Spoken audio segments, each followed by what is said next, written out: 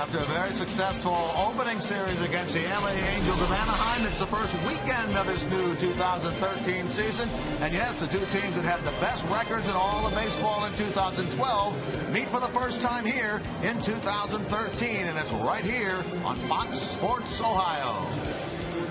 And a pleasant good evening and welcome to Reds Baseball. I'm Jim Kelch along with Chris Welsh. First game of a three-game get-together over the weekend, the Reds and the Washington Nationals. Now, Chris, before we talk about baseball, let me say it's great to be back with you for another year of Reds Baseball here on Fox. Well, Jim, it's nice to have you in the booth. I'm really happy about you coming in here and picking up for Tom Brenneman, and I'm looking forward to doing a lot of games with you this year. All right, well, let's take a look then at the pitching matchup of this series. We know the pitching matchup in the first series was good.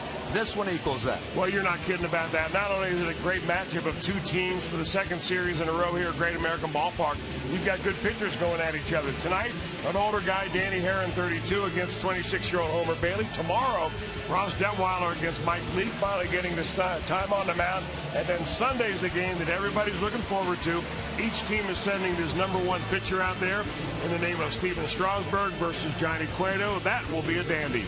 Now, we take a look at this one. It's Homer Bailey, who won 13 games last year against Danny Herron. Let's start with Homer. Well, Homer's a guy that, has finally become a man. I mean, he's gained 30 pounds in the last 2 years. He's got a repeatable delivery. He's got a breaking ball that he can throw over the plate. Even his bad games in spring training, in my estimation, he threw the ball very well. Now, on the other hand, you got Danny Herron. Danny Herron is really coming off the worst season of his career. He doesn't throw the ball like he used to. He used to be mid-90s guy, no longer. He doesn't have a big curveball anymore. It's more cutter, splitter. He nibbles at the corners, and he hopes that the batters are going to start to chase. We'll see if the Reds have to be a little bit more patient at the plate when they face Dan Herron, because he doesn't have the stuff to blow you away. Herron, of course, a free agent signee by the Nationals in the offseason, so he'll make his first ever start for the Nats here tonight. All right, coming up, center of attention for the Nationals so far offensively, last year's National League Rookie of the Year, Bryce Harper. Is presented by authority of the Cincinnati Reds. It may not be reproduced or retransmitted in any form, and the accounts and descriptions of this game may not be disseminated without the express written consent of the Cincinnati Reds. Fans putting on their coats. They'll need those a little bit later on. It'll get somewhat cool, but right now, as you can see, a virtual cloudless sky overhead, Great American Ballpark. Let's take a look at tonight's weather, which is brought to you by Eric Dieters, attorney at law. Here's Tim Hedrick.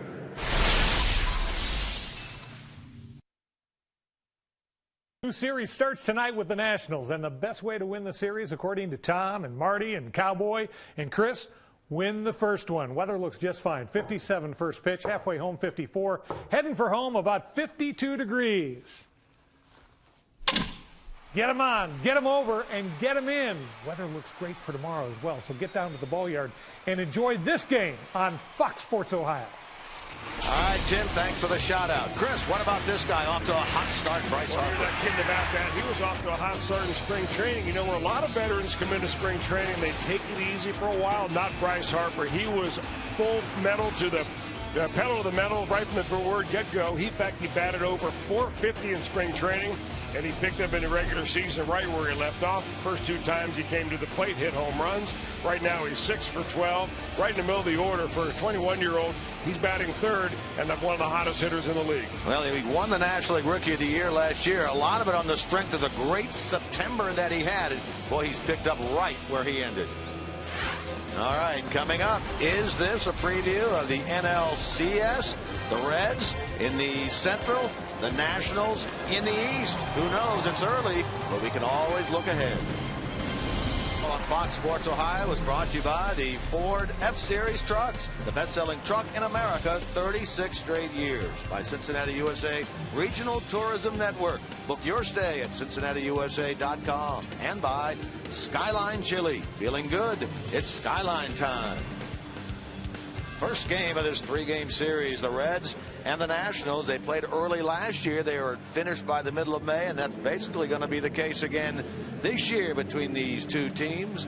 Both winners of their division 1 year ago. Davey Johnson, the manager of this Nationals club, in his 17th season as a big league manager, and he has said this is it for him. He is finished after 2013. And let's take a look at the lineup that he puts out there for tonight's game. Newcomer Denard Span leads off. Jason Worth, the very hot Bryce Harper. In the middle, Ryan Zimmerman, Adam LaRoche, and Ian Desmond. In the bottom, it's Danny Espinoza, Kurt Suzuki, and the right-hander Danny Herron against Homer Bailey. 33 starts for Homer Bailey last year. That was a record for him in his career. 13 wins out of that. The Reds did not get him a lot of run support last year, but boy, he pitched very well in the second half. And he picked it really up in spring training where he left off, except he came in bigger and stronger than ever before. And I think what you're going to see out of Homer Bailey is a guy that can repeat his delivery. He doesn't get routed on the mound, and he is really poised for a breakout year. Well, let's see what he can get done here. He works against this lineup of Denard Span, the newcomer to the Nationals, then Jason Worth, then Bryce Harper. And he's at a ball and a strike. Span hit in all 3 games of the series against the Marlins at home for this Nationals club. He's 3 for 9 with a run batted in.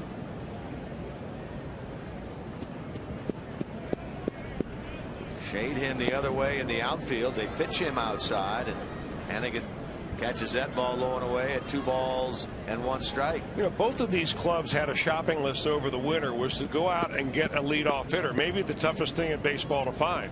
The Nationals got Span. Of course, the Reds got Choo. 2 balls and 2 strikes now to Denard Span. That was a great catch by a concessionaire. That ball went right into the beer bucket. How about that? Right in here. You get to use the telestrator early for right great place, purposes. right spot, right time. Big smile.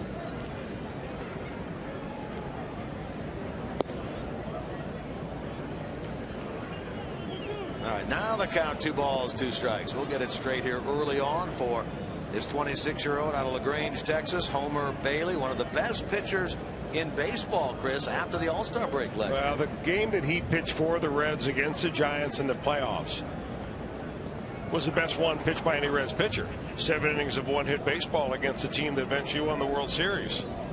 He didn't allow a hit until a Marco Scutero single in the 6th inning of that game. He struck out 10, and that was game 3, and by all accounts should have been, the way he pitched, should have been the wrap-up of that series. How about that number on the bottom of that? Only 88 pitches for 7 innings worth of work.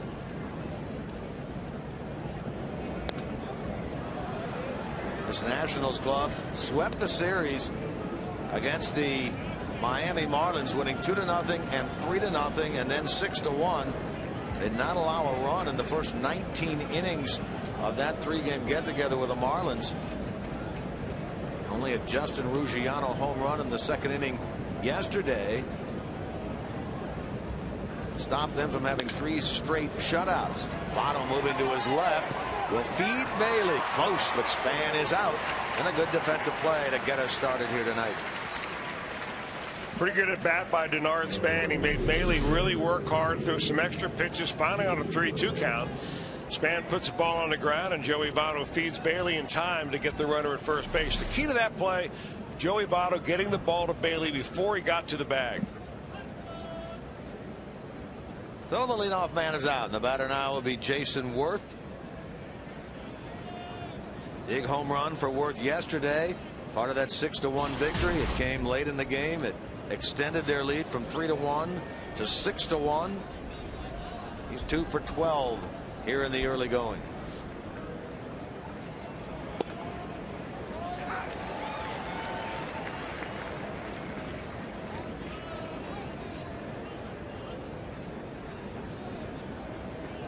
Worth played in only 81 games for this Nationals team last year. He had that broken wrist, and he basically missed 3 months of the year. Same type of injury that Jay Bruce suffered a couple of years ago, right near the All-Star break. Ended up a year ago hitting 300, but only 5 home runs. A big power guy for Philly when he was with the Philadelphia Ball Club. Well, that's a nice, easy delivery by Homer Bailey, delivering the ball up the knees at 95. You know, if you compare Homer Bailey's delivery now than when he first came up when he was 21 years old, he's 26 now. I mean, he's more fluid, he's stronger, and it's repeatable. He keeps his head perfectly still. To the left of Frazier. Todd will cut it off and make the throw in time to first base. Take a look at our defensive alignment for the Reds, brought to you by your Ford dealers. Behind Homer Bailey, it's Heisey, Choo, and Bruce in the outfield. Frazier and Cozart, Phillips and Votto across the infield. Bailey throws to Hannigan. Same lineup the Reds have used minus the pitcher for 3 consecutive games. And there's Shin-Soo Choo, both offensively and defensively. Gotten off to a very good start. Boy, he made a heck of a throw yesterday, didn't he? He's got a strong arm. I think Reds fans, as they see him play throughout this season, are going to be more and more impressed with all the different things that Choo can do. But throwing is one of the better parts of it. Harper at the first pitch, lofts it into left field, and Heisey will handle it. And Homer Bailey has a 1-2-3 first against the Washington Nationals. 1/2 complete. Here come the Reds. The right-hander Dan Herron, as Dusty Baker leads his Reds into the second series of the 2013, having taken 2 out of 3 from the Angels. Another big test here against the Nats, and here's his lineup tonight for game number 4. Shin-Soo Choo, Chris Heisey, and Joey Votto. Brandon Phillips, Jay Bruce, and Todd Frazier. Then the bottom 3 include Zack Cozart, Ryan Hannigan, and Homer Bailey. And minus the pitcher, 3 consecutive games now the Reds have used the exact same lineup. They did not do that a year ago until the first 3 games of the National League Division Series. Stability already in the lineup early for Dusty's club. Danny Herron, Chris. Now, Danny Herron, originally drafted by the Cardinals out of Pepperdine University. In fact, he made his major league debut as a Cardinal at age 22 back in 2003. He's been a very fine right-handed pitcher ever since.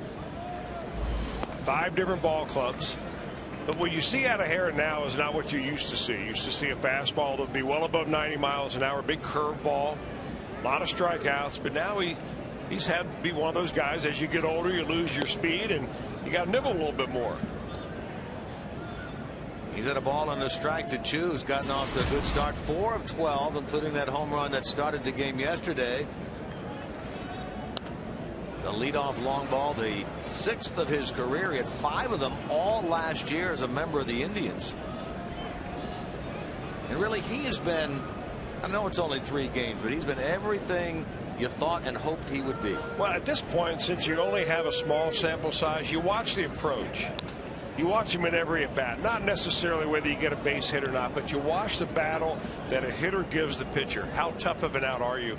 And you're looking at one of the toughest outs on this ball club right now. I mean, I don't expect that to change.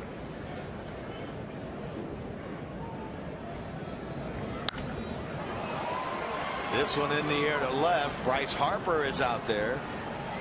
And Harper, who played center field most of the year last year for Davey Johnson's club, makes the catch. Speaking of defense, let's take a look at our Ford dealers' defensive look at the Washington Nationals. There's Harper out in left. Newcomer Denard Span in center. Jason Worth in right. On the infield, it's Ryan Zimmerman and Ian Desmond left side. Danny Espinosa, Adam LaRoche right side. Kurt Suzuki catches Danny Herron tonight. There's Denard Span, the newcomer, the former Minnesota Twin. Came over in November, as Chris talked about, late last year. Span was one of the guys the Reds actually were interested in and looking at near the trade deadline last year. Heisey goes the other way. Worth will retreat, and on the warning track, haul that ball in. So 2 fly balls, 2 out here in the bottom of the first. And the batter will be Joey Votto. You've really got to make Danny Herron throw strikes here. Chris Heisey chased the pitch up and out of the strike zone right there. And you're playing right into what Herron wants you to do. He's not a guy that has the stuff to be able to just battle you right down in the middle of the zone. He's going to make you pick at pitches that are pitcher's pitches. I doubt that Joey Votto is one of those guys who's going to buy in. I mean, he'll make you throw strikes and make you throw good strikes before he commits himself. You see Votto hitting 100. He's 1 for 10. His lone hit was that ball hit sharply that trickled off the glove and into shallow right field of Albert Pujols on Wednesday. That allowed the Reds to score the winning run and win that game 5-4.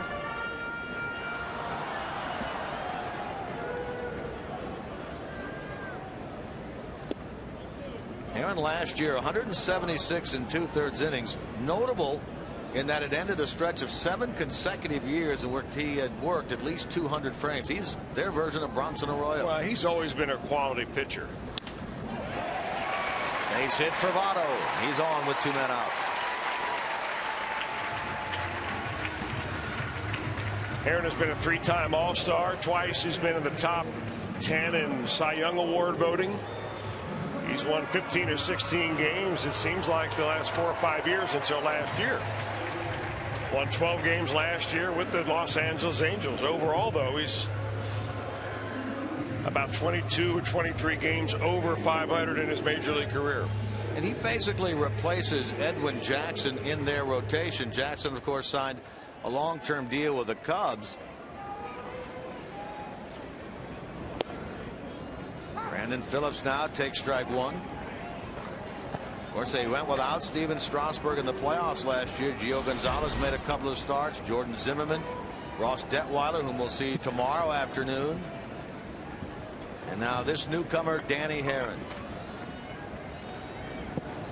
Well, you know, Jim, both of these teams are very similar in as much as they feel like they left a lot on the table last year. They felt like the Washington Nationals and the Reds, that they had better teams than what they showed in the playoffs. The Nationals lost to the St. Louis Cardinals in the division series. And the Reds were home to watch the playoffs on TV also. And I don't know which one was more painful. The Reds winning the first 2, then dropping 3 at home, or the Nationals, who had a 6-0 lead after 3 in Game 5 of that series against the Cardinals, only to lose. Well, it's very painful. I mean, the Nationals won 98 games and the Reds won 97 games, and they failed to advance beyond the first round. Votto started to go, then stopped. Phillips swings at the 1-2 and doesn't get it. He's a strikeout victim. Votto is stranded in the first. 1 complete, no score. A 1-800-ELK, Ohio. Look at the discrepancy here, home and away on these pitchers, particularly Homer Bailey. Well, Homer Bailey, you know, when he got on the road last year, he was lights out. A lot of those games he pitched were in Pittsburgh and in division games. But, you know, sometimes the home ballpark will get on your brain a little bit. And I think that's in the past for Homer Bailey. I think that's something that you're not going to see that big of a spread this year, because the guy has matured light years in the last few years as his preparation for pitching. And as we were talking about earlier, that playoff game he pitched was right here in this ballpark. He had a 1-2-3 first. He gets the Nationals' third baseman Ryan Zimmerman to get things started here in inning number 2. You know, when you have a repeatable delivery like Homer Bailey has now, you can spot your fastball. So if you look at the last year and say, why did Bailey have a breakout year? 2 things. Number 1, he stayed healthy all year long. Number 2, he moved his fastball around at will. He falls behind here now to Zimmerman, 2-1. Zimmerman also off to a good start. 3 for 3 in yesterday's game, and now 5 for 10 this year.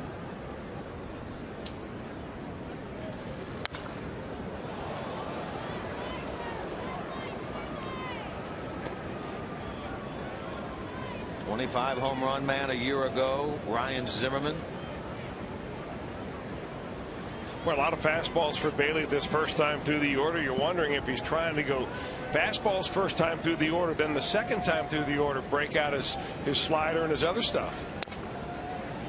Fastball there, and that's just a safety swing really by Zimmerman, isn't it? And ideally that's what you want to do as a pitcher. You'd love to be able to go through the order the first time and show them really only one of your pitches. Then the second time through you can throw them maybe a slider. Third time through, now you've got a combination fastball, slider, and your splitter to throw. Homer doesn't throw a cutter. He throws just really a 4-seam fastball and a 2-seam fastball. Came up, remember, with that big old 12-6 curveball when he first made his way onto the scene. Good night. He gets a fastball painted over the outside edge, and Zimmerman turns, cap in hand, back to the dugout. Strikeout number 1. I'll tell you what, here's the action on his fastball that he never had before. And you can see it starts off the plate. Ryan Zimmerman gives up on it. It comes back and clips the outside corner. That is a pitch that you really can't defend. That's the Sam LeCure 2-seamer, isn't it? Yeah. Here's Adam LaRoche.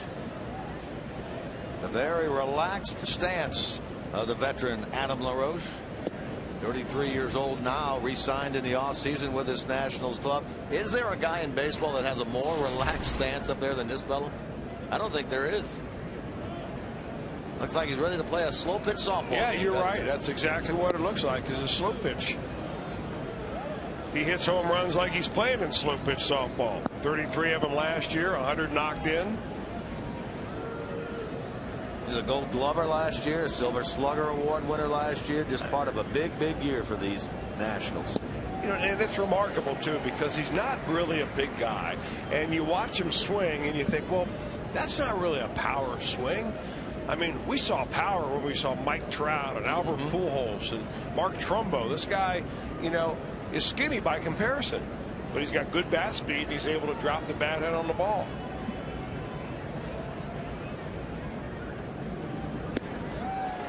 Homer blows it by him there at 90, up in the zone, and now it's a 2-ball, 2-strike count.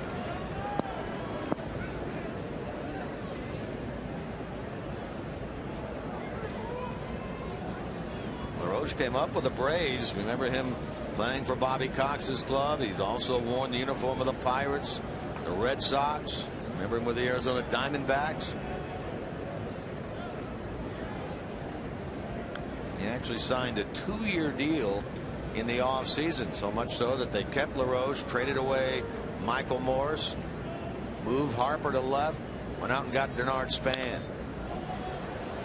Let's see if this is playable now for Frazier. He has plenty of room in foul ground, and he'll handle it. 5 up, 5 down thus far for Homer Bailey.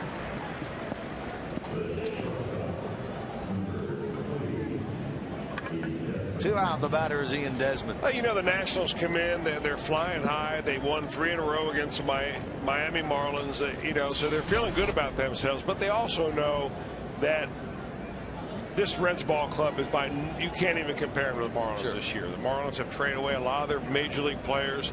They're rebuilding, and the Reds are ready to win.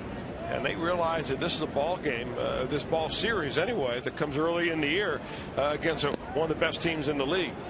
So it'll be a good test for the Washington Nationals. It'll be the second good test in a row for the Reds.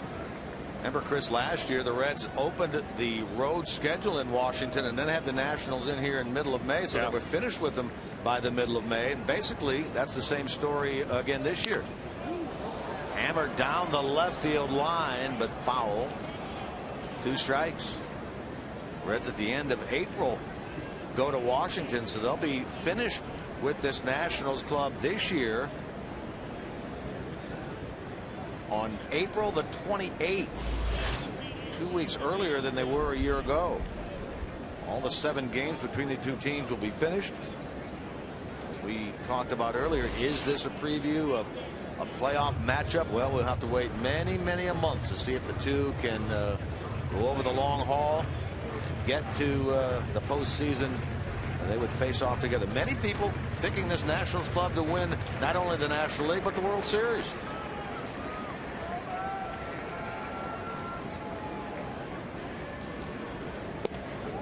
Strike 3 call. He didn't need to go back and get another bat.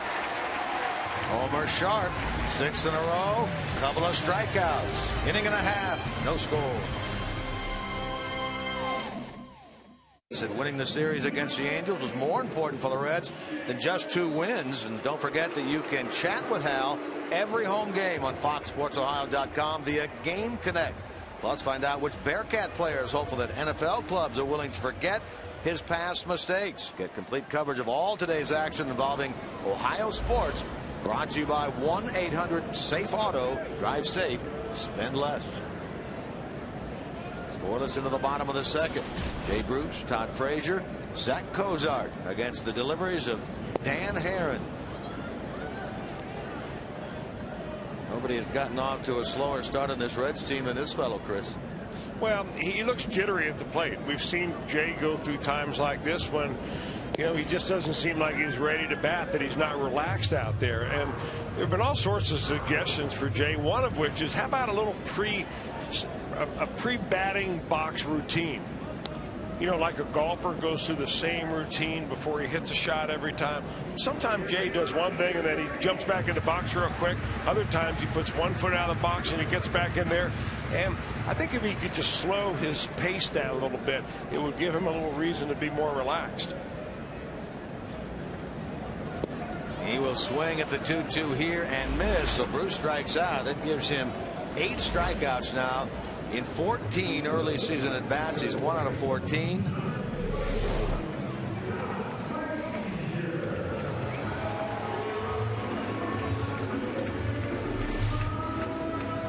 Second strikeout for Herron. The batter now will be Todd Frazier. We're talking to some scouts before the game today, and they're unrelated to the Reds entirely, but they're here watching the Reds and scouting the Reds, and they are more impressed with the advancement that Todd Frazier has made. Well, like that. High, deep, and into the upper deck in left field. Bomb number 2 for Todd Frazier, and the Reds jump in front here in the bottom of the second, 1-0.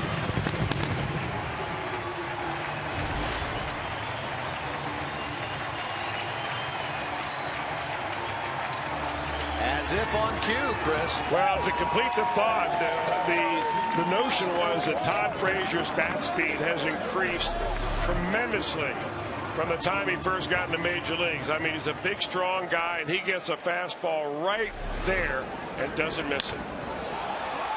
Here's Cozart. He shoots one out to left. That ball is gone. A home run. Just got over the yellow line. Zack Cozart. His first hit of the year gives the Reds back-to-back solo shots.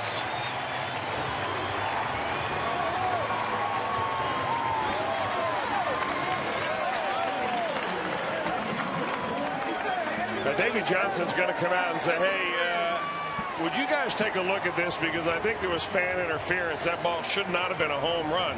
He's going to ask Jordan Baker to get all the umpires together. Tim McClellan, the first base umpire, is the crew chief. Well, let's take a look. It's got to go over the yellow line in order for it to be a home run. And you can see there's a fan reaching out right there. And tell you what, that's going to be a difficult call. Well, I guess they're not even going to review it. No, they're not. Maybe he just went out to wish Jordan Baker a happy second inning. Yeah. That looked like it hit on the top of the yellow line, just from the views we were able to get a look at. Frazier's home run, by the way, they estimated at 430 feet. Well, now Davey Johnson in the dugout is getting a review by some of the players that saw the replay, probably up in the clubhouse. We'll take another look at it again. Right here it is, and does it hit above that yellow line? That's the question. I don't think it did.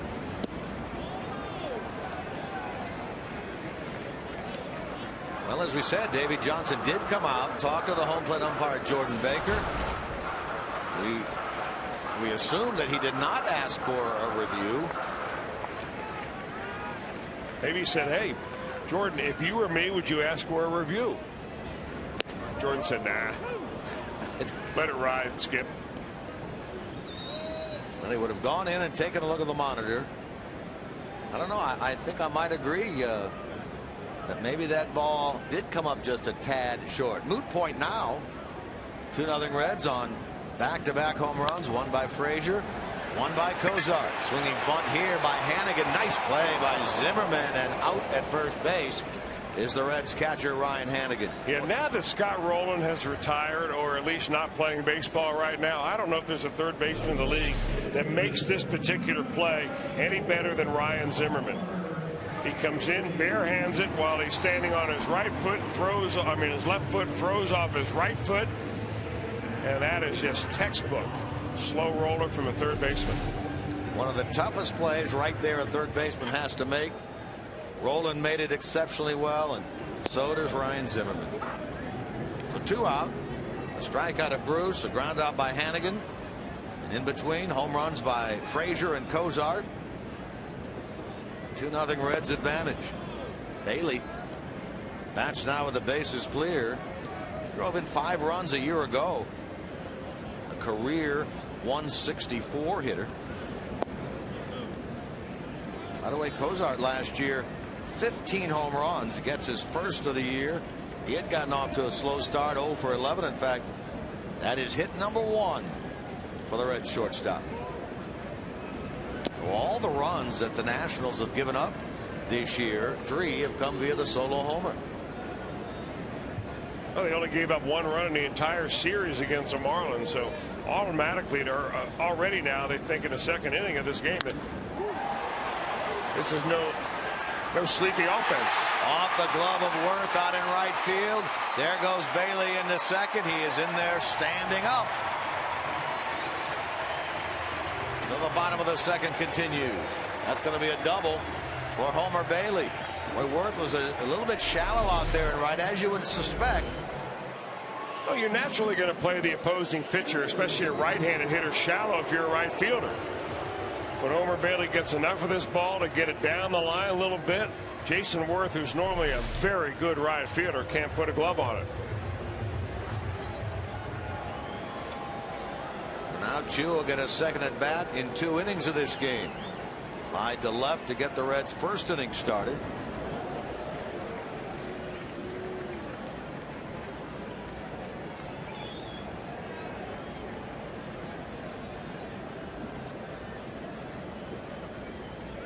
Choo, of course, would have faced Herron last year. In fact, the last 3 years when he was a member of the Angels.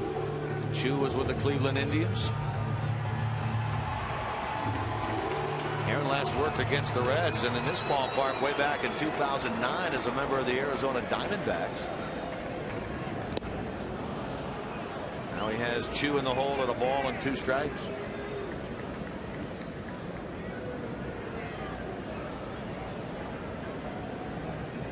Reds hit 3 yesterday, 1 on Wednesday, so 6 home runs now through the first 3 games plus 2 innings. Hitting. Choo hit by a pitch.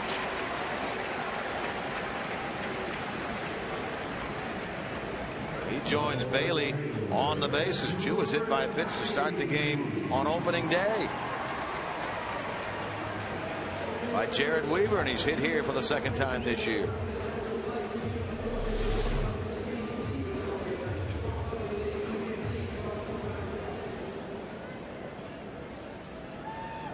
Good look at Choo not getting out of the way of that pitch on our Performance Expo. Heisey on the first pitch will pop it to Zimmerman, who handles it, and so the Reds leave a pair, but the home run swings first of Todd Frazier, his 2nd of the year, and a 430-foot blast, and then Zack Cozart adds to the lead with his first hit of the year. 2 home runs back-to-back for the Reds and a 2-0 lead. See your Toyota dealer or visit buyatoyota.com. Toyota, let's go places. And by JTM Food Group. Let's create great dishes together. Assortment of Reds hats. Look at those lids. A lot of nice ones down there in the gift shop. Todd Frazier, meanwhile, his 2nd home run of the year. Cozart followed with his first. Reds have taken a 2-0 lead through 2 here at Great American Ballpark. They played very well at home a year ago. The Reds won 50, lost 31 here at Great American Ballpark last year during the regular season. Of course, took 2 out of 3 from the Angels and looked to get off to a good start here against this Nationals team, a team that defeated the Reds 5 out of 7 times in 2012. Danny Espinosa leads it off. They're switch hitting second baseman. Hitless this year, nothing out of 11. Better hitter from the right side. Was last year, has been throughout his career. Now he gets his first hit of this year. A solid single into right. Now, Fox Sports Ohio would like to send out a special hello tonight to longtime Reds fan Everett Crouch, who's watching tonight's game at Good Samaritan Hospital. Everett, we hope we can get you a victory here tonight. First game of this series against the Washington Nationals.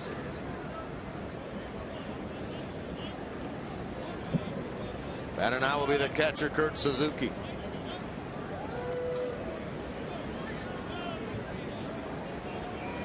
Suzuki caught on the second game of the season for the Nationals, back in there today.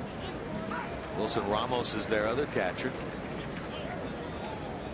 This Nationals ball club is a ball club that has the potential to steal a lot of bases. They've got 4 players in the lineup tonight that have had 17 or more stolen bases just last year. And one of them is on first base in Espinosa. He had 20 bags, only thrown out 6 times.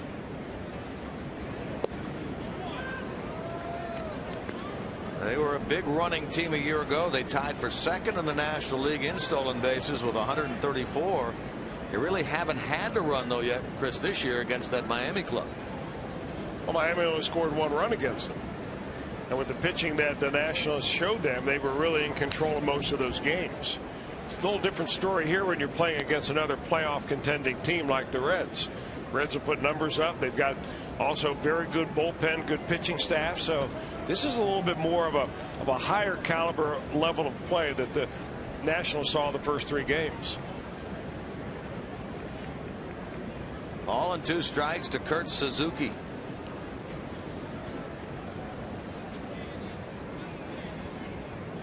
Came up through the athletics organization, spent 5.5 years there. Very good catcher with that club. Came over last year in August in a trade and really did much better as a member of the Nationals than he did a year ago as a member of the A's. Last year, .218 with Oakland. Came over, played 43 games with Washington down the stretch, took over their everyday duties behind the plate. Hit .267 with 5 home runs. Well, they lost a starter last year, Wilson Ramos, to an injury, and he missed most of the year. The Nationals should be stronger behind the plate this year because of the addition of Suzuki, and Ramos is back off from injury. Big out here with a pitcher's spot. Herron waiting next. And he gets it. On strikes goes Suzuki. That is the 3rd strikeout for Homer Bailey. And now he deals with a pitcher, Danny Herron, who has not hit in a regular season game on a regular basis for 4 years. You know, sometimes when you're charting Homer Bailey, you're not sure whether he's throwing a slider or a splitter until you see it on our Xmo. And the spin on that particular ball will tell you that that was a split finger fastball, dropped right off the table down to dirt. And Suzuki could not hold back. Here's Herron, who shows bunt and takes the ball. Herron, a career .223 hitter. He has 2 career home runs, the first of which came in this ballpark back in June of 2009 against Bronson Arroyo. His other was also on the road at St. Louis, but his very first, 09, right here at GABP. Bailey falls behind 2-0. Well, the Reds are playing very aggressive on defense right here. Todd Frazier charging hard. Joey Votto charging hard. They're going to do their best to try to get the lead runner and make Danny Herron run the bases. You watch how hard the Todd Frazier starts coming in here. And I'll tell you what, if Votto gets the ball, he's not afraid to throw the ball to second base either. Not at all. I think he almost prefers it. And that one spins Herron around, and now it's 3-0. You got to throw a strike.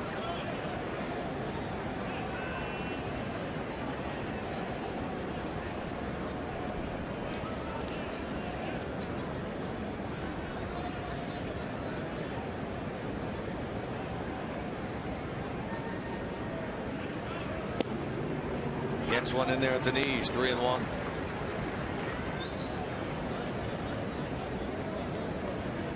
Trent Jewett, third base coach of the Nationals. He was over at first base last year. Switches to third this year with the departure of Bo Porter. That will be a foul ball, and now a full count. Nationals won 98 games last year, the most in franchise history. That dates all the way back to their Montreal Expos days. Franchise that began in 1969, all those years up in Montreal. The most they ever won was 95. Remember, they never made the playoffs as the Expos. This year, the 9th year already since that franchise moved to D.C. There's a bunt foul, and from 3-0, Herron is a strikeout victim. The comeback job there by Bailey.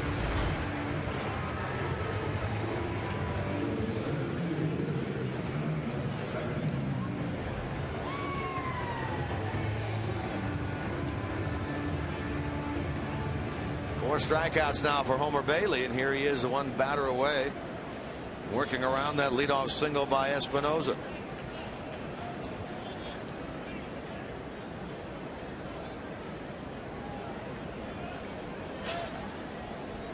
Here's Denard Span.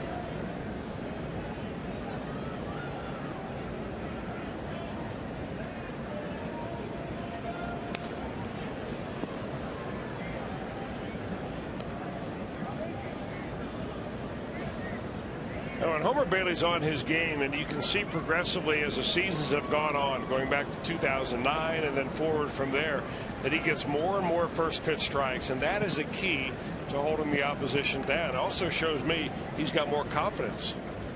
A repeatable delivery, confidence, 95-mile-an-hour fastball, all the ingredients the Reds were hoping to find in a major league pitcher when they drafted him as a high schooler out of LaGrange, Texas.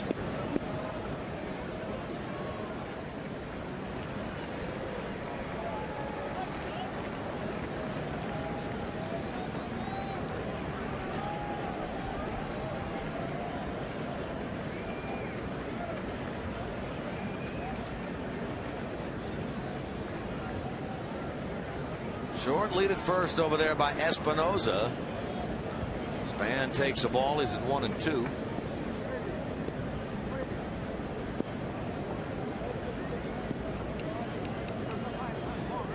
Yeah, as you mentioned, this guy certainly adds to the speed that this national team had a year ago and expect to have again this year.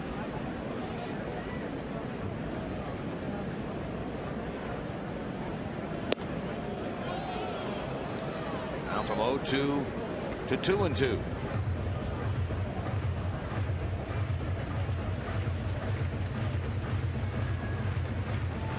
Homer last year walked 52 in 208 innings. This spring he only walked 5 in 22 2/3.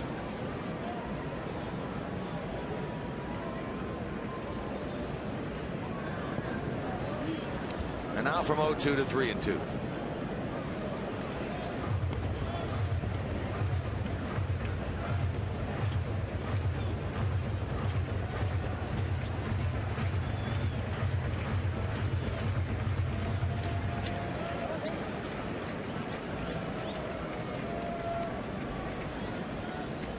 Espinoza there will be on the move on this 3-2 pitch. Votto will move back into a better defensive position.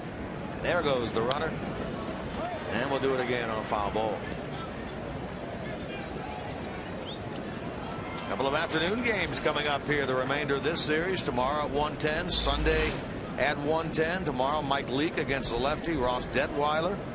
And then Sunday, as we chronicled in the open of the broadcast, Johnny Cueto, 19-game winner a year ago against Steven Strasburg, who was lights out his first start of this year. What a classic pitching matchup we have set up for Sunday. Kind of funny, because if you ask fans from either city, who do you like in that particular matchup, 95% of National fans will say Strasburg, 95% of Reds fans will say Cueto, and you will have a dandy of a ball game that afternoon. We'll have a pretty good seat for it right here. Again, the runner moving. Boy, that's close, but ball 4. Bailey thought he had it. Span took it. Jordan Baker agreed, and that's the first walk of the night by Bailey. Now, Bailey not happy with himself. He hope he shouldn't be too hard on himself. He's thrown a lot of strikes overall. The late movement by Hannigan shows you that he didn't believe it was a strike, and now he's going to have to face Jason Worth with the runner in scoring position. Worth hit it hard to the left of the third baseman Frazier his first time. Todd made a nice play. Worth here represents the go-ahead run in a 2-0 game. Reds. We're in the top of the third.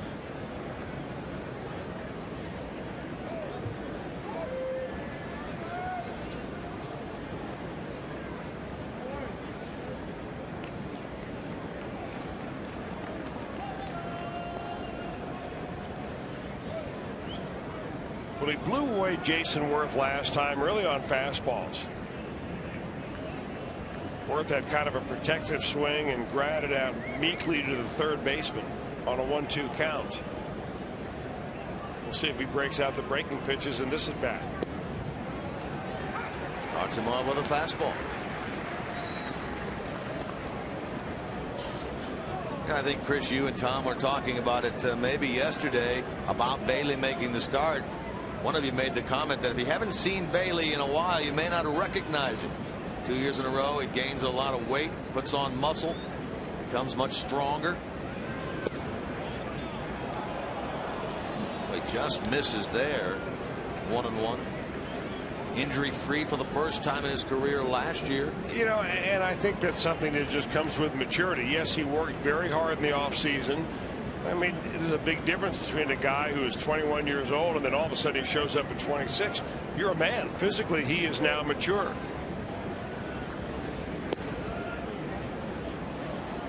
So I always tell these minor leaguers that I see down there, even if they're struggling at age 21 or 22, I say, hang in there, because you're really not mature yet. You haven't really found out what you can do when you become a man.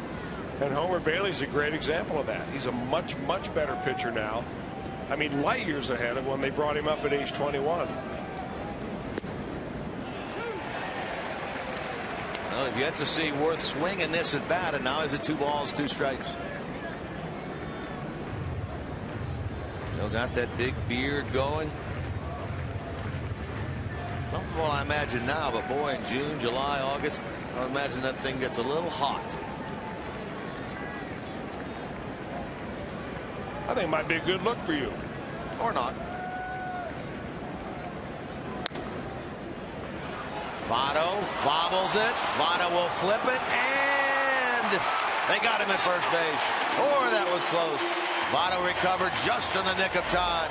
Bailey got it, got out of the way just in the nick of time as Worth was barreling down the line. We'll take another look at it as we go to break. Still 2-0 Reds as we go to the bottom of the third. $50 million. That's 5-0. $50 million. Drawing is at 11 p.m. tonight, just about 3 hours from now.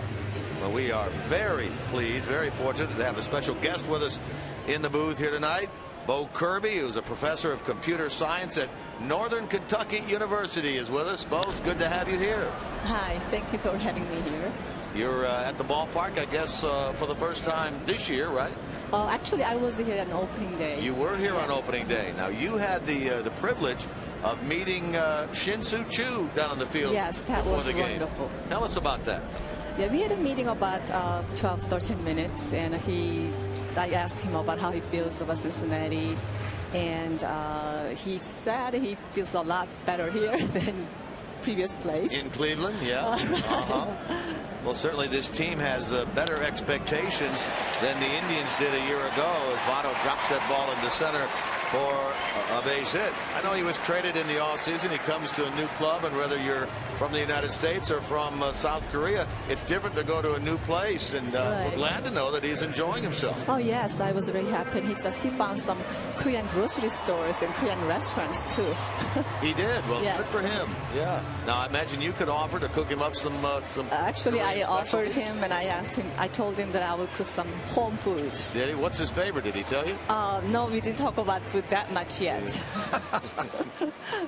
We're visiting with Bo Kirby, a professor of computer science at NKU, and we want to ask about Choo's popularity in South Korea, because from what we could tell in spring training with a lot of reporters and the like there, it's pretty popular.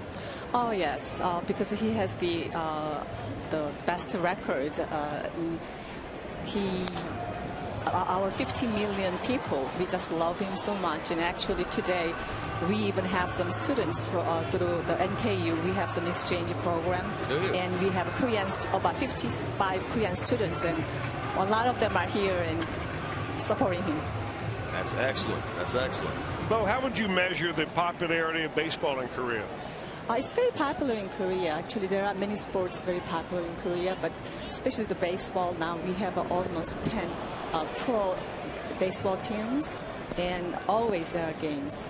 You know, a little known fact about Choo is that when he competed in the World Junior Baseball Classic, he was named the best pitcher in the entire Classic. And then soon after that, he was signed by the Seattle Mariners and turned into an outfielder. Maybe you could convince him to pitch. Yes.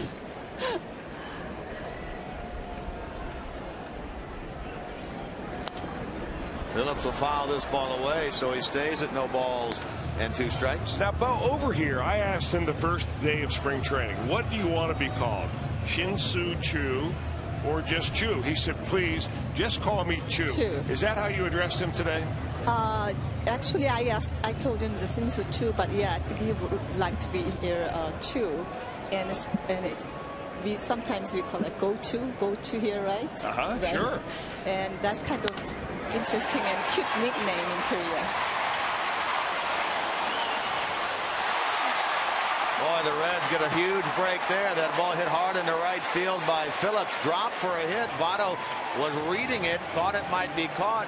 He started going back to first, but a low throw from the right fielder Worth is going to enable Votto to get into second base. It really wasn't as close as it appeared, maybe for Joey Votto. Of course, with Jason Worth out in right field, he is a tremendous defensive right fielder.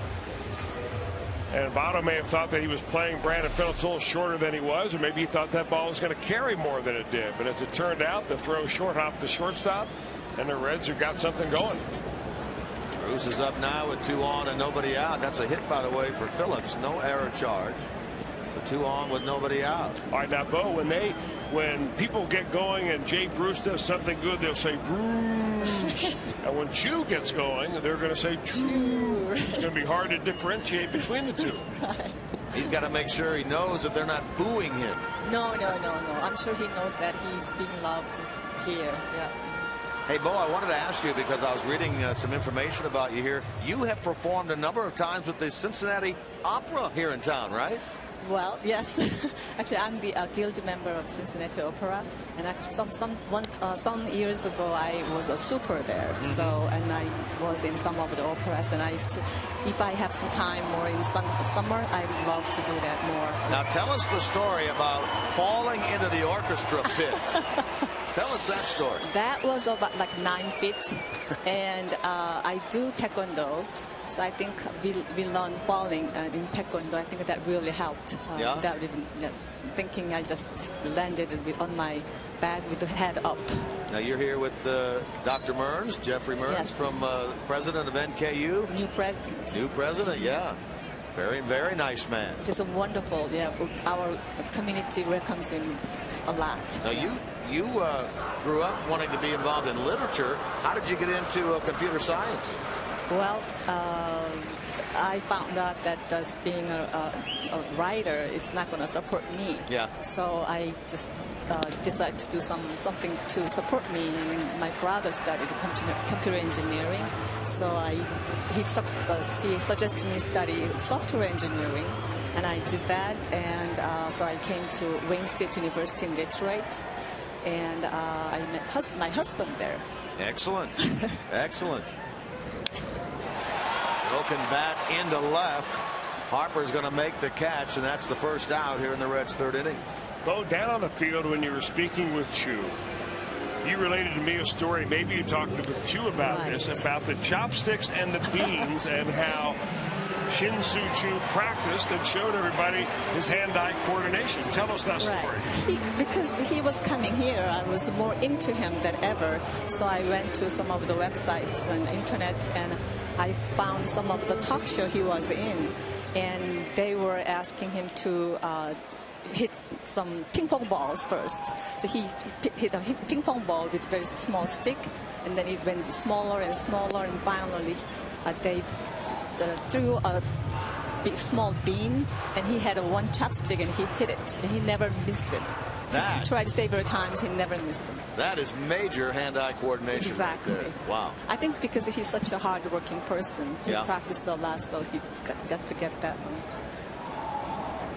Well, great stuff, Bo. Thank you very much for joining us up here in the Reds booth. And we'll see you out here at Great American Ballpark for many games here this summer. Oh, thank you so much. And you know what? One more thing. I know that you're probably acting as Bob Castellini's agent. And see, since you've befriended Shin-Soo Choo so well, maybe you can convince him to stay here for another 5 or 10 years. I will try my best. All right. Very good. Thank you. Thank you.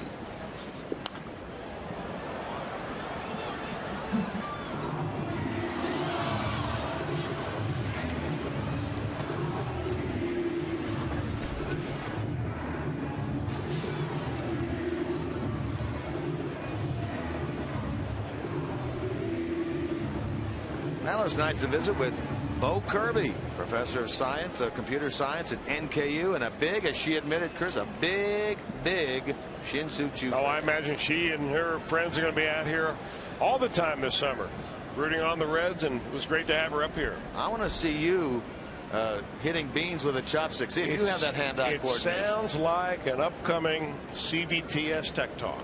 How about that? Yeah.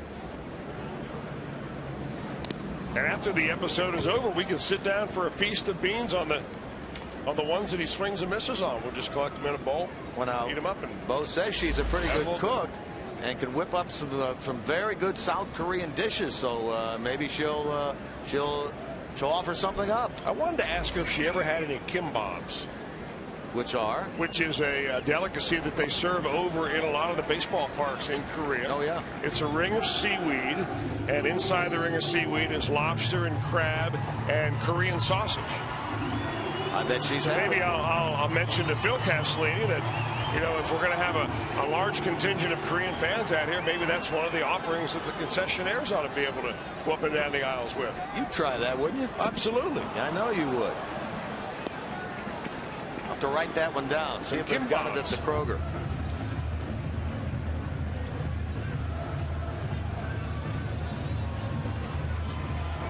Reds trying to add to a 2-0 lead here in the bottom of the third. Hit by Votto, hit by Phillips. Been a long inning for Danny Herron. 56 pitches, number 57 coming up right now. He's battling hard just to get through this inning. Frazier chased a 2-2 breaking ball, didn't get it, so he strikes out. So after 2 singles, a fly out and a strikeout, third strikeout for Herron. And now Zack Cozart has the onus of this inning on his shoulders.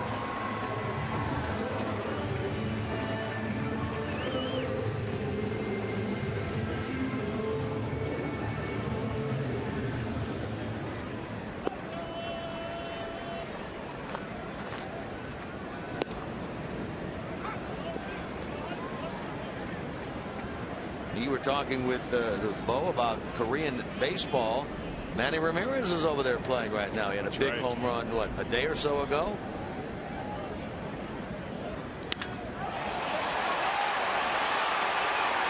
To left field, that ball will get over the wall. 3-run homer by Zack Cozart, his second of the night.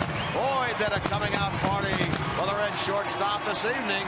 And he adds to the 2-0 lead. It is now 5-0 Reds.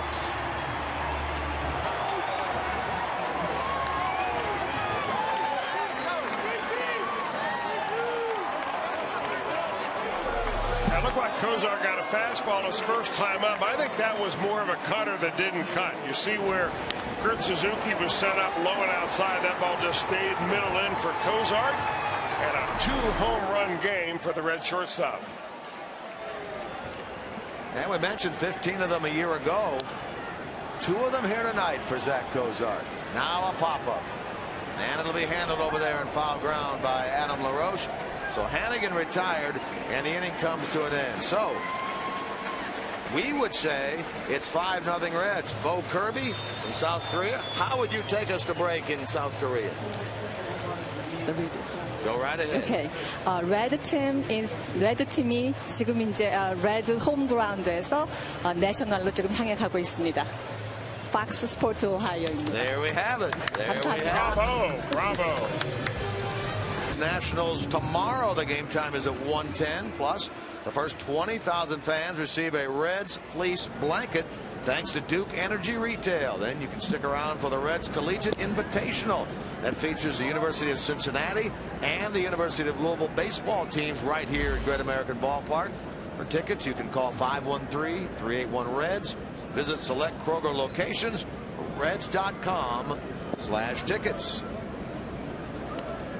5-0 Cincinnati. We play into the 4th inning. You guys had Brian Cleary on yesterday talking about that collegiate invitation. Yeah, he was very excited about that, about the Reds' participation in college baseball locally. It's really tremendous. Chance for Phillips, moving to his left as he will make the play and throw out Bryce Harper. This is one of those momentum innings for the Reds and Homer Bailey. You know, you score 3 in the bottom of the inning. You had the pitcher on the ropes. Finally, it was Cozart to be able to deliver a 3-run bomb. And now you're right in the middle of the order. And if you can retire Harper and Zimmerman and LaRoche, you know, you take a lot of the momentum away from this Washington Nationals ball club. Danny Herron allowed 28 home runs a year ago. He's allowed 3 in this game. 2 home runs, 4 RBIs for Zack Cozart. You saw earlier on the screen the first multi-home run game of the career of the young shortstop. It's also a new career high in RBIs for Cozart with 4. Zimmerman called out on strikes his first time.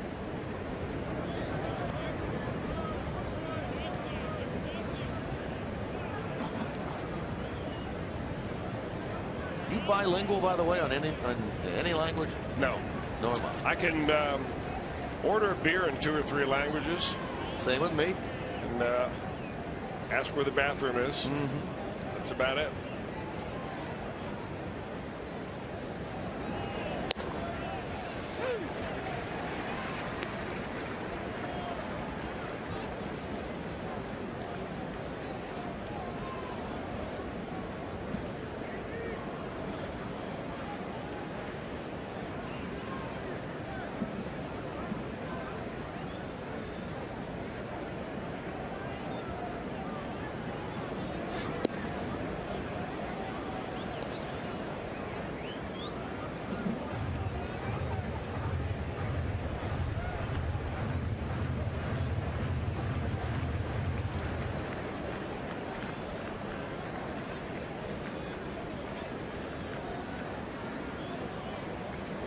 Zimmerman waiting on a 2-2 now from Homer Bailey. Boy, that had some late backdoor movement on Yeah, it. he's got a lot of movement and good feel for his fastball tonight, but it doesn't look like right now that Homer Bailey's got one of those nights going where he's got everything working. His breaking ball he hasn't really been able to control, but he has been able to spot that fastball.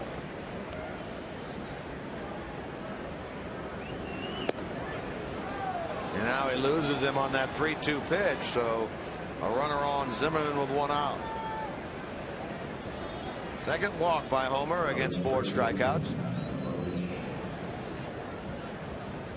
That'll bring to the plate Adam LaRoche. Homer mouthing there up. Was that pitch up? I don't think he was talking about the 3-2. He was talking about the 2-2.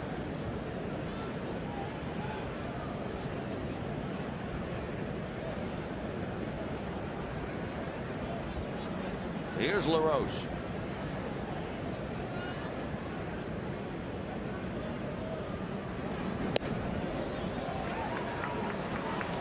Now that's a spot to be with Adam LaRoche. He's a guy, when he hits his home runs, most of those home runs are going to be hit the right field.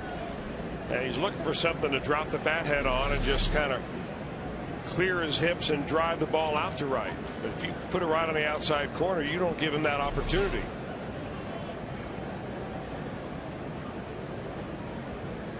Adam, the older of the 2 brothers that play in the big leagues. Andy LaRoche also. Though he has not played in the big league since 2011. Their dad, Dave, left-handed pitcher some years ago. Ball on a strike now to Adam LaRoche. I mean, 33 home runs last year for LaRoche. He hit 11 of those off of left-handers and 22 off right-handers.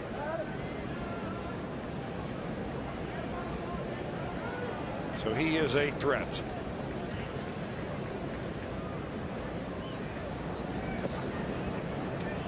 Now Homer falls behind 2-1. Yeah, Homer, you can see a little frustration right there after that split finger went down the dirt. He just doesn't have a feel yet for his off-speed pitches. It's been really a one pitch for him tonight. The fastball, moving it around. But he knows full well that you're not going to be able to work your way through this lineup more than once, maybe twice, with a fastball only.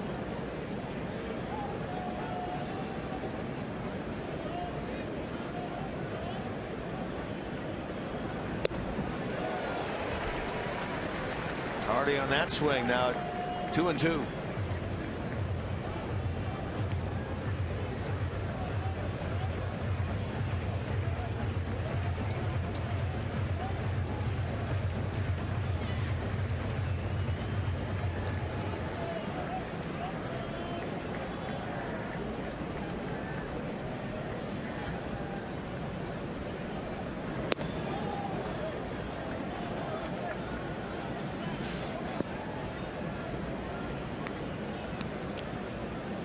Homer didn't like the feel of that baseball at all. Kind of threw that one away in disgust.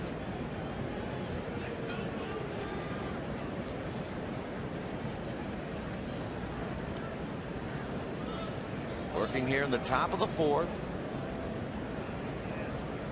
Solo home runs by Frazier and Cozart in the second. 3-run homer. There's strike 3 called. Bailey gets LaRoche. Strikeout number 5.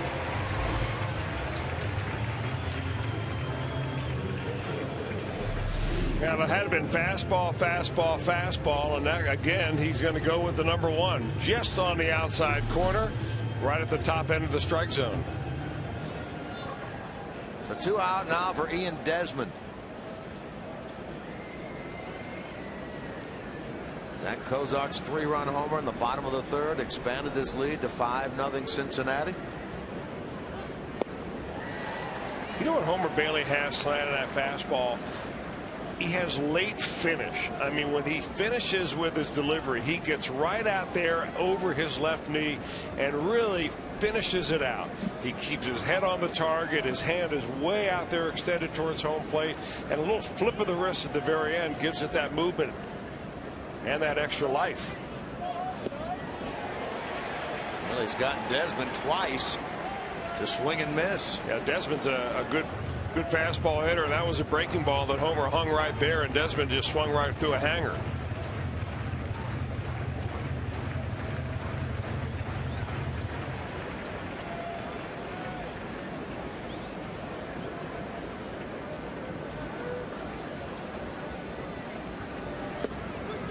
And he got it. 3 pitches means the end of Ian Desmond. 6 strikeouts now for Homer Bailey. He got LaRoche looking. He gets Desmond looking. This is the first of the Friday night fireworks shows here at Great American Ballpark this year. In the past, it's been selected Friday nights. This year, every Friday night.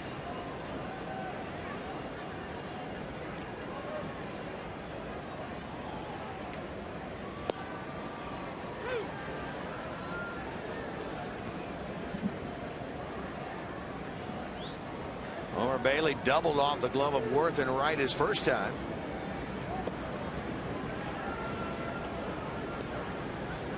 He drove in 5 runs a year ago. He's batting first to start the 4th inning here.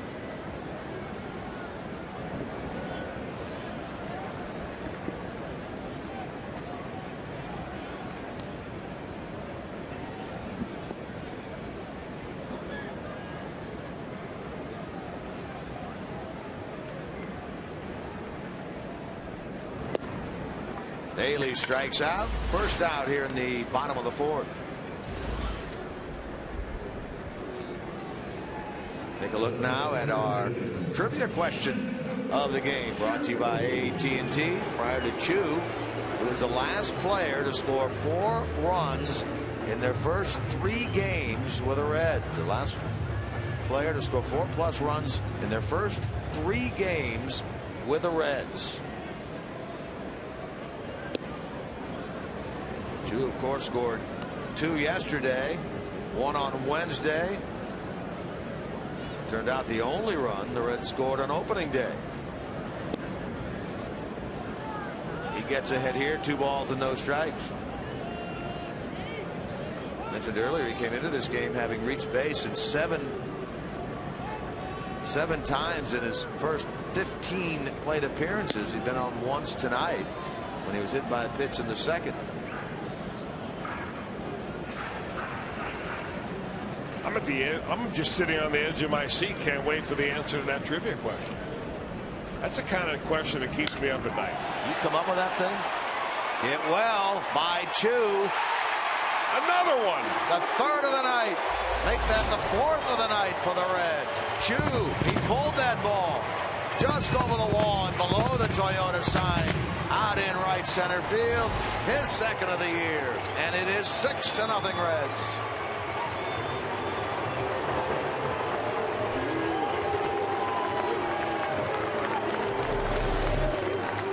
Well, he's got some kind of power. We've seen that. We saw it in spring training when he hit home runs to left field and right field. This one, he goes right out the front door at Great American Ballpark. And the Reds are dialing 8. Now, Davey Johnson's come back out, and he's talked to the home plate umpire, Jordan Baker. Now he's going to run out and talk to one of the other guys, say, hey, can we get some help here? Can somebody finally review one of these? I think, unfortunately for Davey Johnson, he's about 3 home runs too late. Now, correct me, Chris, if I'm wrong, but if they simply ask for the review, they get it from the umpires. All they have to do is ask. I thought that's the case. Which leads you to believe that maybe Davey Johnson did not ask on the Zack Cozart home run back in the 2nd inning. But he apparently has asked here. So they'll take a look at that home run ball by Shin-Soo Choo.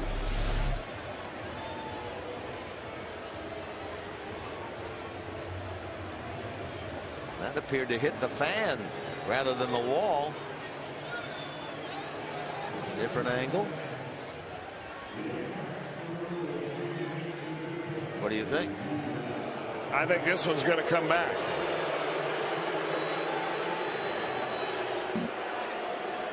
Well, it's under review. The umpires are taking a look at it. You think it's going to come back? I thought it got over. Well, if it hits the yellow line on the top, it is not a home run. If it has hit over the yellow line, right? I thought if it hit on the top and went into the stands, well, it would be a home run. that would be a home run. That's what I thought happened on the Cozart home run ball in the 2nd. It hit the top of the line and into the stands, and it did appear what this one did. Well, is it Choo's 2nd home run of the year, or is it a double? Umpires are underneath taking a look at it. We had a review in yesterday's game. Remember, Reds were hoping that Frazier got a home run ball on his 4th inning shot. Turned out to be a double. That one hit the yellow line in the field and bounced back. This ball appeared to hit the top and bounce into the stands, or skim off the top of the stands.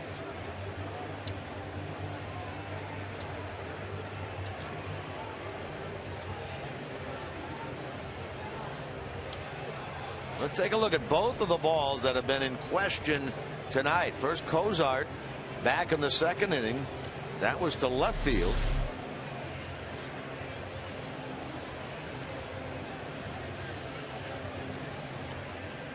That one looked like it hit the top of the yellow wall, or the yellow pad, and went into the stands. And here's Choo's, which appears to do the same thing, which is to hit the top of the yellow line and then go to the fan in the brown T-shirt.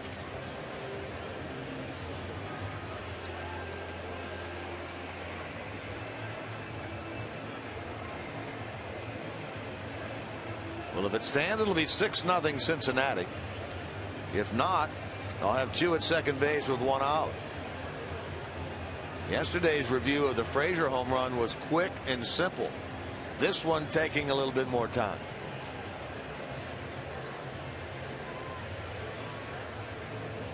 Remember, this is the only thing right now in Major League Baseball that can be reviewed. There's been a lot of talk about fair and foul down the line, a lot of talk about catch versus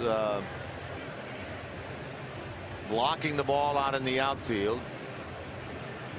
But the only thing in Major League Baseball right now that is reviewable is the home run ball. You know, I've always been one of these old-fashioned guys that say review as little as possible. But as technology has gotten better and better, I'm beginning to open up a little bit, saying, all right, I think now the real concern is to try to get the call made right.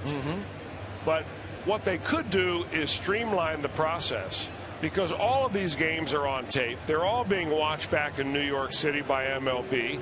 They're all on big screen TVs. And I think rather than sending umpires into a cave down underneath the stadium to look on a flat screen TV, can't they get a call from somebody in New York who's watching this, or at central control, wherever that may be, on a big screen, who can slow it down and they can show that whether it's a home run or not. And in this case, Tim McClellan signals home run.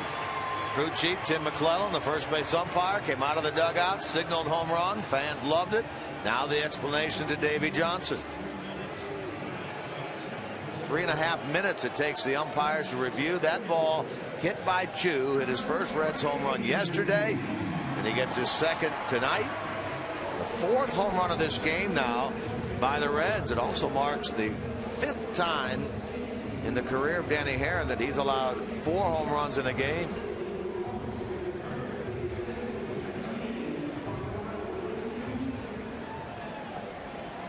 So now it's Heisey.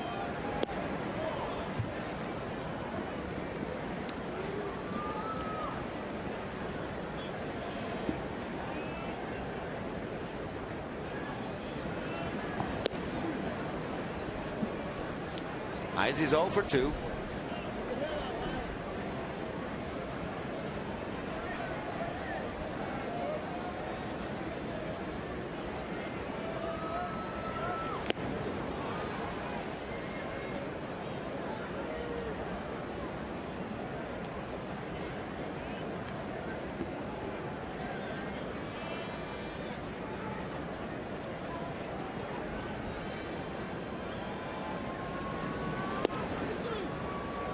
Strike 3 to the Reds left fielder. That's the second strikeout of the inning. The 5th in this game by Danny Herron.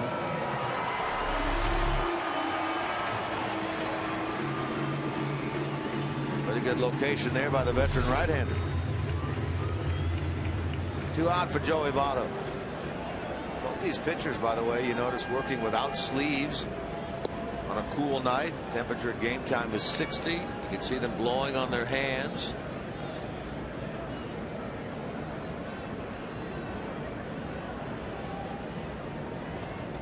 Joey has a pair of hits tonight. He came in 1 for 10. All 3 of his hits this year have been singles.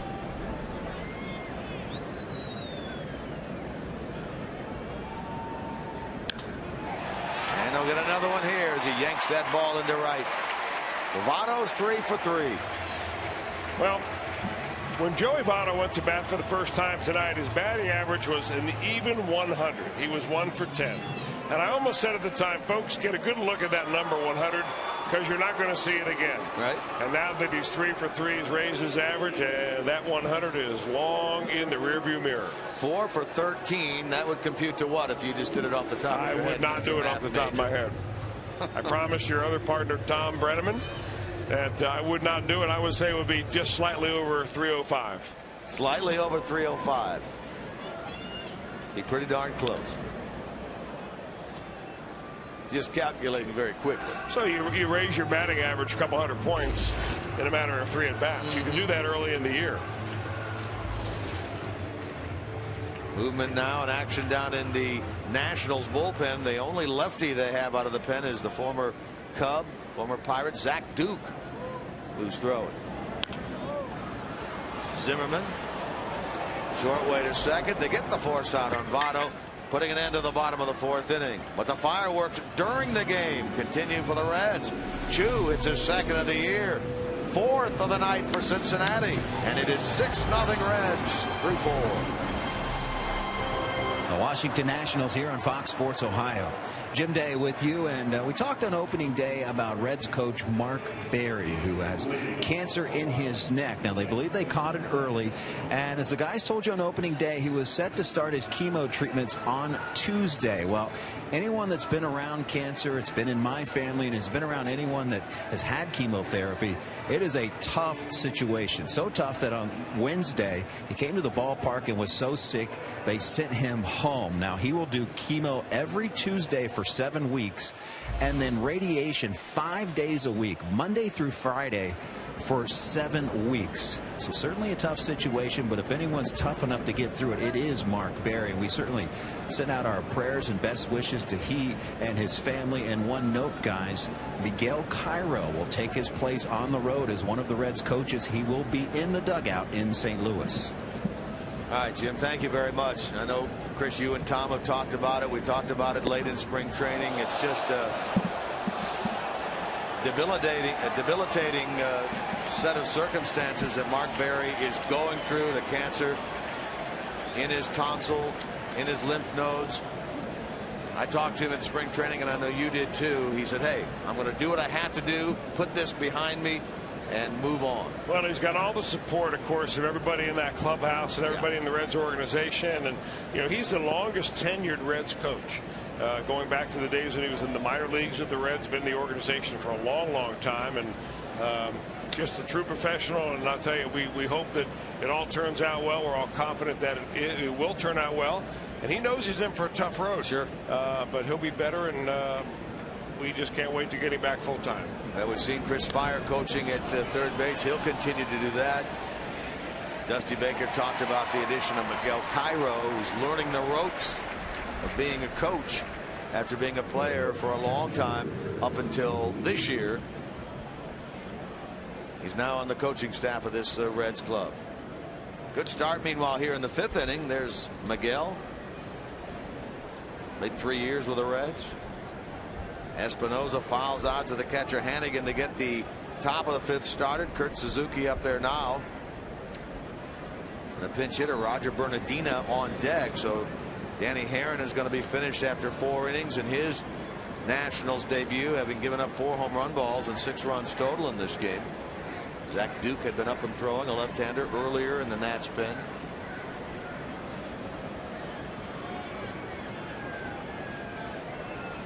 Suzuki, a strikeout victim his first time.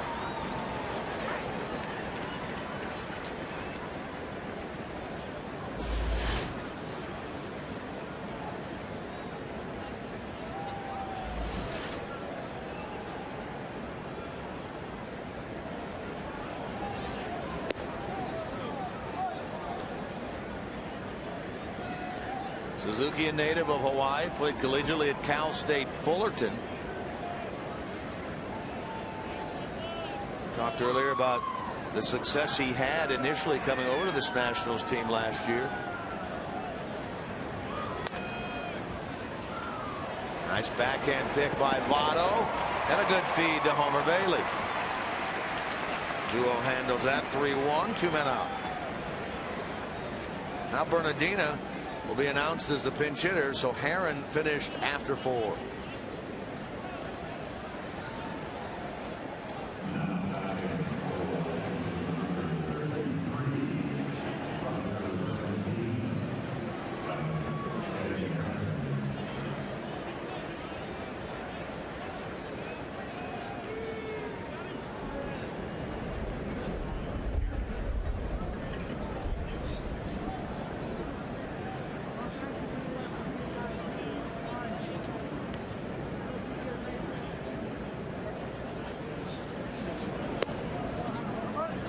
Here's Roger Bernardina.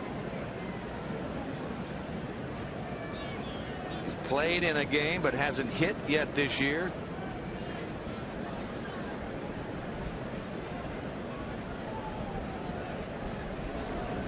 Straight left-handed hitter Bernardina. And he's ahead 2 balls and no strikes.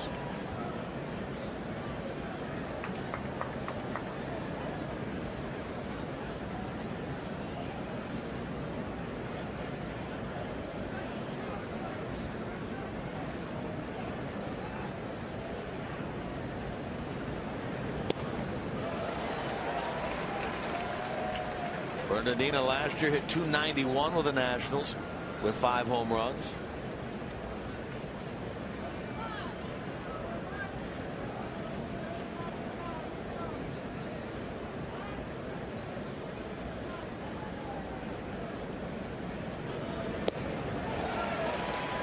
Well, he swung through right 2 fastballs that are pretty much right down the middle. But that just goes to show you the kind of life that Bailey has on his fastball. I mean, it's explosive type life. It's a kind of fastball that you stand at the home plate and it looks like you're on it halfway, and then all of a sudden it hits a second gear. Even at 93, it's got great finish.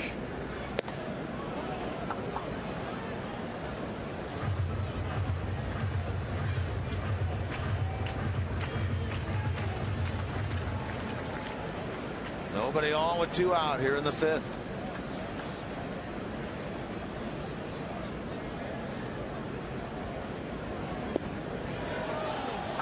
And ball 4. Now the 3rd walk of the day for Homer Bailey, but he's had some pretty good plays behind him, including a very good defensive play that he made himself. Joey Votto a couple of innings ago had a ground ball hit to him and he botched it. Runners at first and second. This was a big play. And Jason Worth running down the line. Votto stays with it, but watch Bailey hanging at the bag. I mean, they do this little PFP where the pitcher covers first base in spring training. They do it thousands at a time, ad nauseum. I mean, every morning you're going out to do more PFP, and you wonder why. Hey, I've got it down, right? First baseman pitches to the pitcher. But oftentimes it doesn't work exactly the way you think it does, and Bailey did a nice play right there.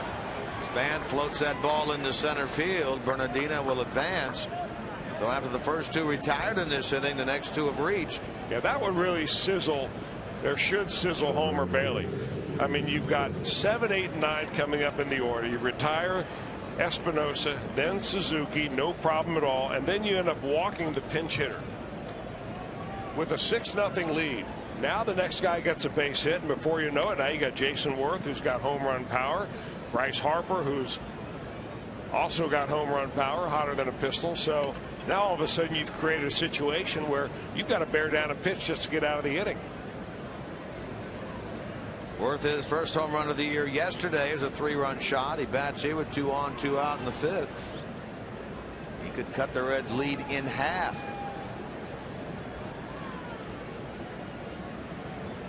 Worth signed that big contract before the 2011 season. This is his 3rd of a 7-year deal he signed with the Nationals, the former Philly.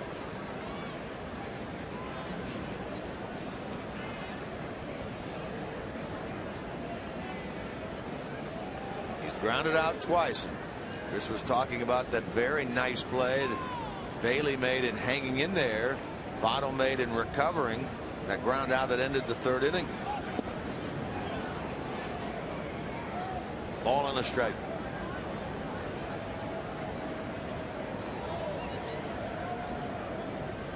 Nationals, by the way, coming in here at 3-0, are the only undefeated team in Major League Baseball after the first 4 days of the season.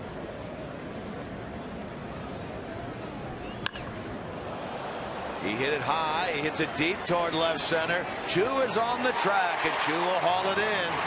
Worth gave it a good ride, but just missed it.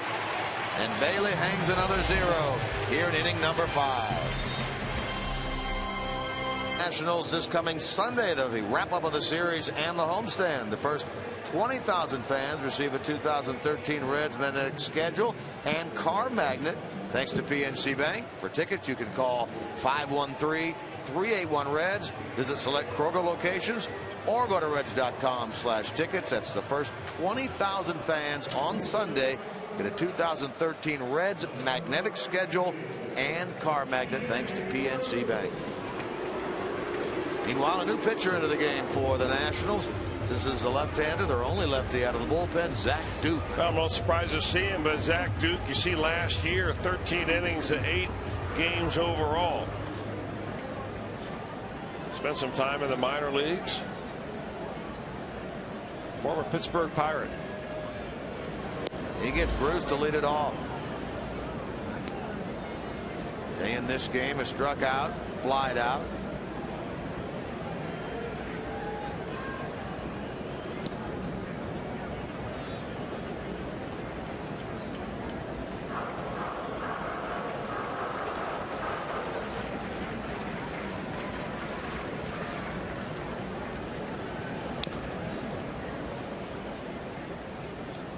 Lefty Duke spent most of last year as a starter at AAA Syracuse.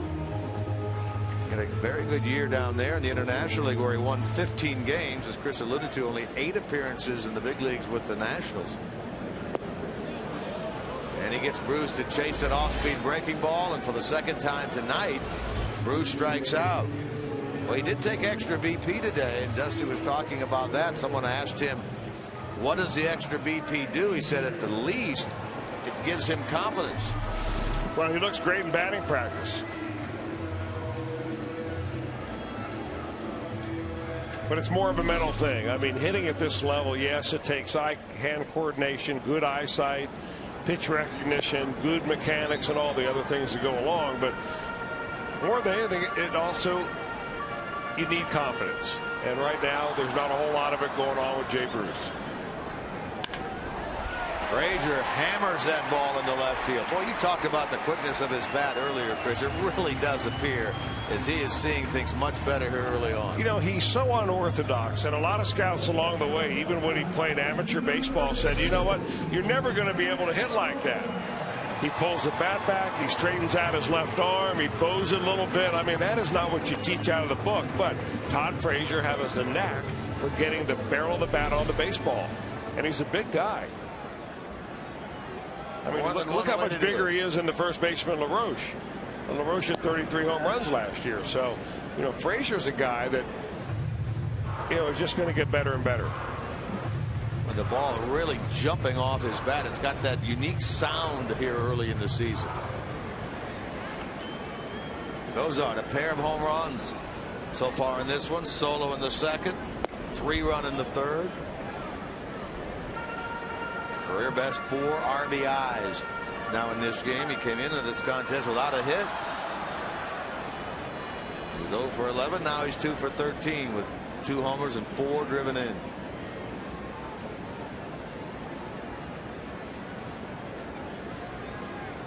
Runner going. Pitch a strike. Throw skips away and on into center. That's a stolen base for Frazier. That'll be an error on the catcher and a runner at third with 1 out. Now this is kind of a sneak attack by Todd Frazier because he's a guy that has a very short lead. Look how close he is to first base right there.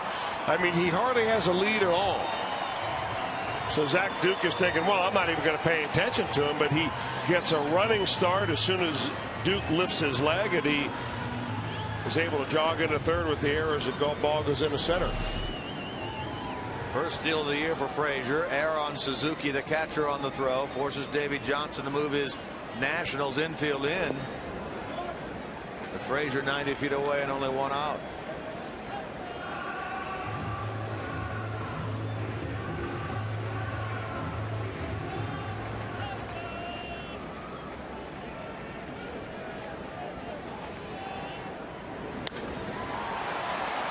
And that'll get the job done into right center. Worth will make the catch as Frazier will tag and score. And it's a 5 RBI game for Zach Duke. Pardon me, for Zack Cozart. And it is 7-0 Reds here in the 5th. That's a manufactured run for the Reds. And you just love that because, you know, I don't know if Todd Frazier stole that base on his own, but you lull the opposition to sleep. I mean, he gave no indication that he was even a base stealing threat.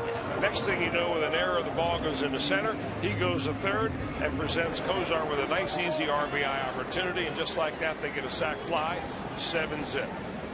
Here's Hannigan with the bases empty now and 2 men out. He's grounded out. He's fouled out. Ryan is 1 out of 12 this year. He's made all 4 starts. We mentioned with the Reds using the same lineup now 3 consecutive games. They never did that in the regular season last year. I didn't realize that. Here they've done it now in only the 4th game. They did it in the 3 games of the playoffs, but never in the regular season last year. We will see Devin Mesoraco tomorrow afternoon in game 5 of the year. 2nd game of this series with a start going to Mike Leake.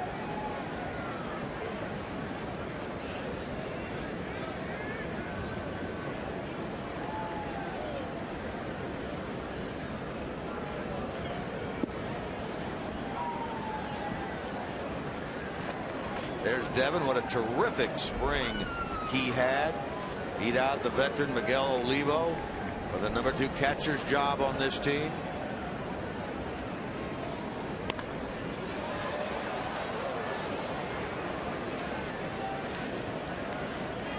He'll make his 2013 debut tomorrow.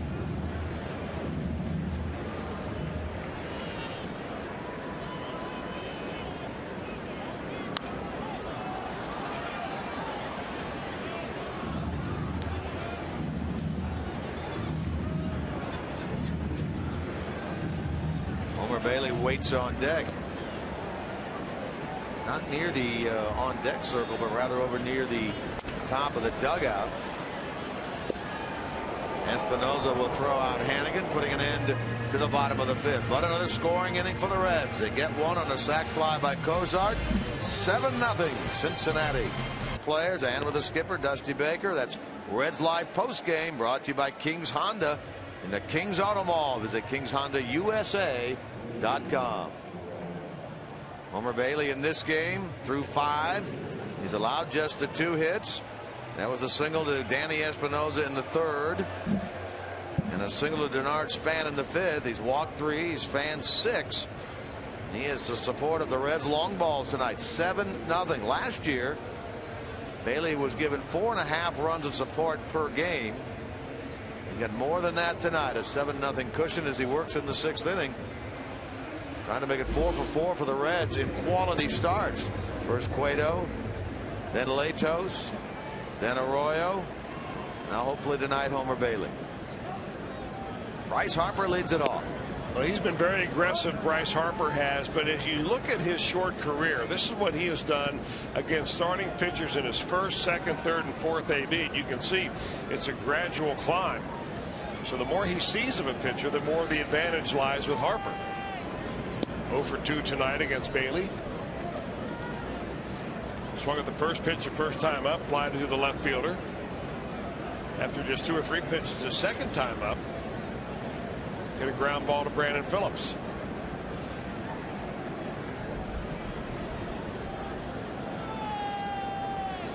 It's been a treat for Reds fans who've been able to watch these games either on television or here at the ballpark to watch the American League Rookie of the Year last year. Mike Trout come in and play 3 games for the Angels, and now you see Bryce Harper. So if you're trying to make a determination, as we have done in the booth, Jim, over the last few days, who would you pick if you were starting a team, Trout or Harper? Well, you're getting a chance to scout them both out. Back-to-back series.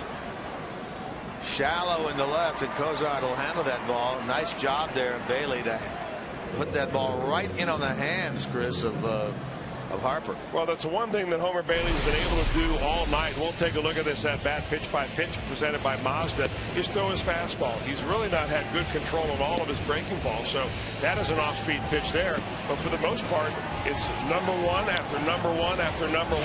Finally gets it in on the hands of Bryce Harper, pops him up, and the first out of the 6th. Here's Ryan Zimmerman now, the 3rd baseman. He has struck out, walked in this game.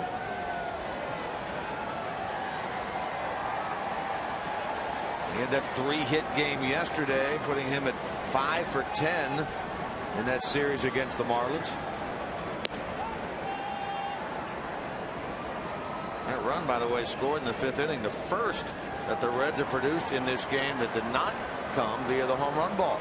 I think this is a checkup from the neck up for Ryan Hannigan, going out there just telling Homer Bailey, hey, you've got great stuff. Your fastball is explosive. Why are you losing your concentration and getting behind the hitters? And look what happened last time. You get 2 outs and you walk the guy. Next guy gets a base hit. Now you had a pitch out of a jam.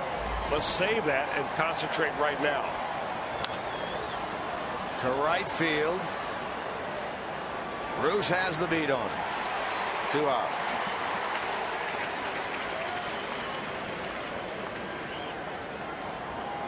Homer had a 1-2-3 first, a 1-2-3 second. Set down the first 6 he faced. 8 of the first 9. And he looks for another 1-2-3 inning here.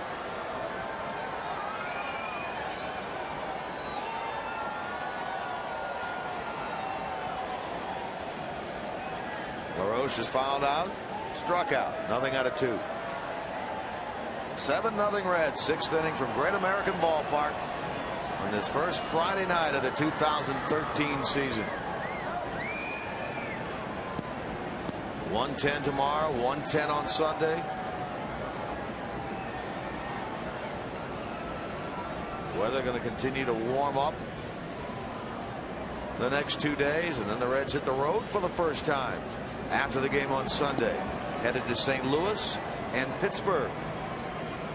Boy, like the Reds, the Cardinals, they played a long game the other night against Arizona. 16 innings. Reds here played 13 on opening day.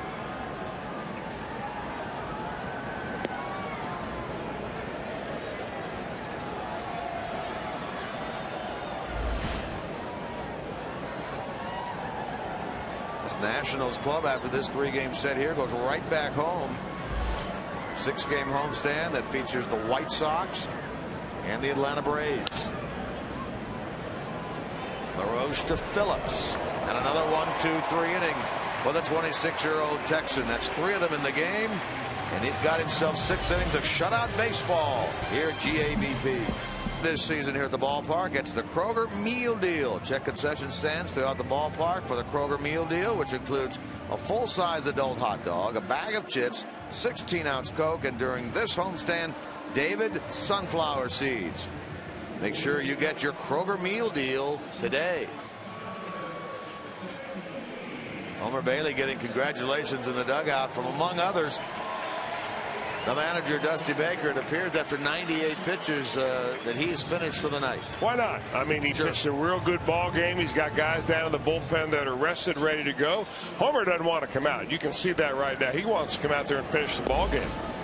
I mean, that kid is driven. But he'll get another chance 5 days from now. Zack Duke back to the mound here. Reds have a pinch hitter up. This is Derek Robinson, a young man making right here, Chris, his major league debut. Longtime Royals farmhand. This is his career numbers in the minor leagues. .256, signed as a free agent by the Reds in the offseason as a minor league free agent. He'll roll this ball to short, and it is bobbled by Desmond. And the speedy Derek Robinson reaches base in his first major league at bat. Yeah, we've talked a lot about Tyler Barnhart a couple of years ago getting the minor league gold glove as a catcher. Here's Derek Robinson last year, received a minor league gold glove as an outfielder. And that is including all of minor leagues, A, AA, and AAA. It's not each level. So quite an accomplishment. It really is. And he's a great young man. Talked to him before the ball game about that phone call he made back home to talk to his mom and dad. Tell him that he was being called up to the major leagues, and he's got a great attitude. He said to me, you know, now the real work begins. Getting here is one thing. Staying here is even harder. And now I'm going to battle as hard as I can to stay here in the major leagues. Robinson has the lead over there at first, held by LaRoche. 4 different times he has led his league in stolen bases. Reds have 1 steal tonight, and certainly as we bring in Jim Day into this conversation from down below, Jim, Dusty has said he really likes the addition of Robinson because of the speed that he adds to this club. Loves the speed, and don't be surprised if he doesn't go here, because Zack Duke is about 1.6 seconds to the plate, and as you guys know, that is very slow. And you were wondering earlier if Frazier had the go sign himself. No, that came from the bench, because they know Zack Duke is very slow to the plate. So I wouldn't be surprised if he goes right here in this. Well, he's slow, yes, but if you look at the numbers career-wise for Zack Duke, he also picks off a lot of runners, and those are probably runners that start to go to second, and then he throws over to first base. But it's come down to a science. Jim Day's exactly right. You know, you time these guys' moves, and you add it all up, and you say, can the catcher possibly get the ball there to second base in time to get the runner? And if you're 1.7 or so to the plate, chances are it doesn't happen.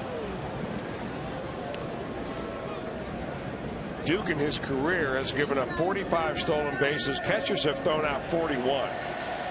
So that's a pretty good ratio right there. He has also picked off 22.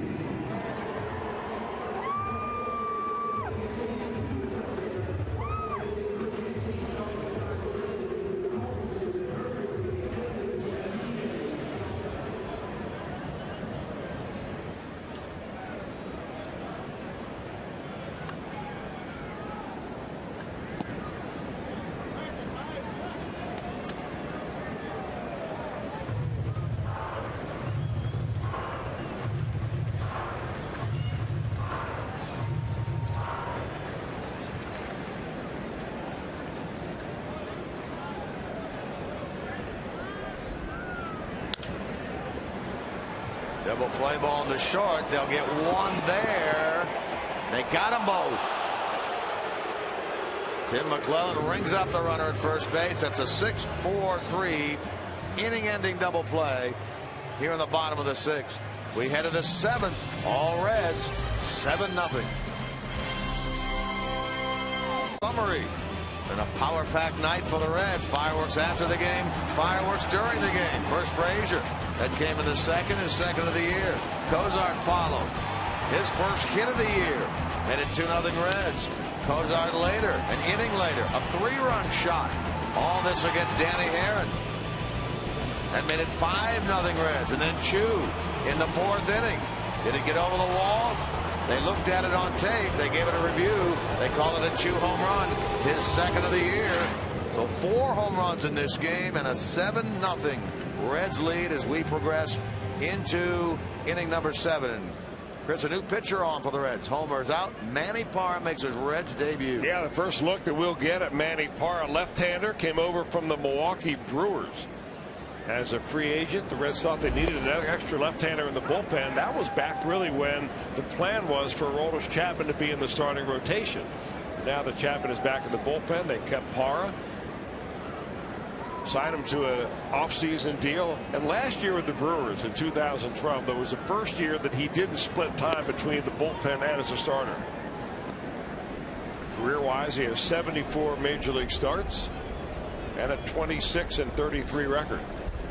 Now, there's some eyebrows raised for sure when he made this club based on the numbers that he had put up this spring, an ERA of over 5. He's going to get his first out here. Bruce comes on. Bruce makes the catch. Desmond is the first out. The batter will be Danny Espinosa. Yeah, you know, I guess you're right. There were some eyebrows raised. I'm not sure who raised those eyebrows, but I can tell you that the sample of work that Manny Parra has had in the major leagues. I mean, he's been a big leaguer since 2007. He's got 74 major league starts. I don't think that you sign a guy to a contract like that and then say, by the way, it's going to be a tryout during the month of March. I can quote what Davey Johnson said in the paper today about the month of March. He goes, I don't care what goes on in the month of March. It doesn't mean a thing. So whether Parra had a bad month or not, we'll see how he does here in the major league regular season. Choo trying to track this one down, won't get it. It bounces into the stands, and that's a ground rule double for Danny Espinosa. Here in inning number 7, only the 3rd hit by the Nationals in this game and their first extra base hit. Espinosa has 2 of the 3.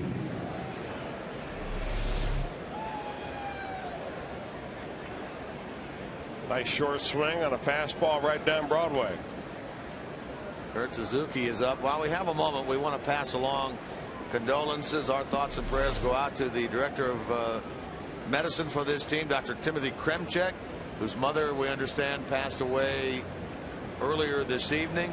Dr. Kremchek been involved with this team, Chris, a long time. He certainly has. He knows everybody on this ball club, really down to a personal level. He has seen family members, kids, wonderful man, wonderful family, and we send our sympathies and condolences to the entire Kremchek family, and hope you guys are doing okay.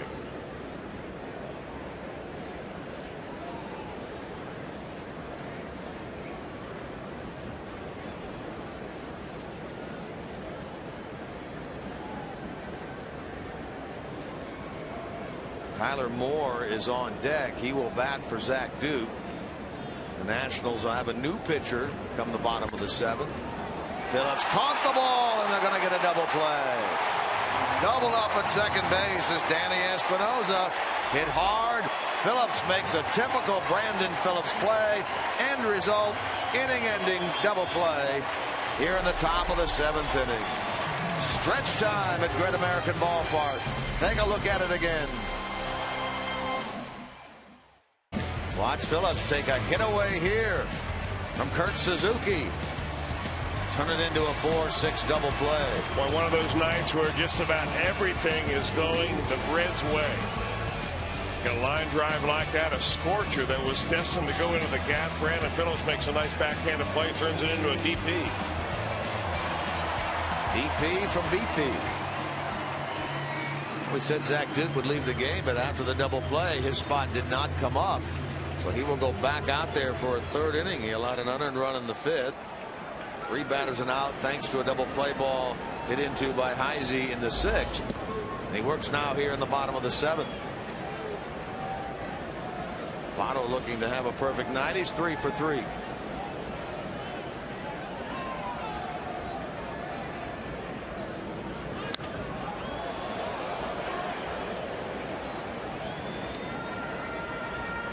New first baseman Tyler Moore has taken over for Adam LaRoche.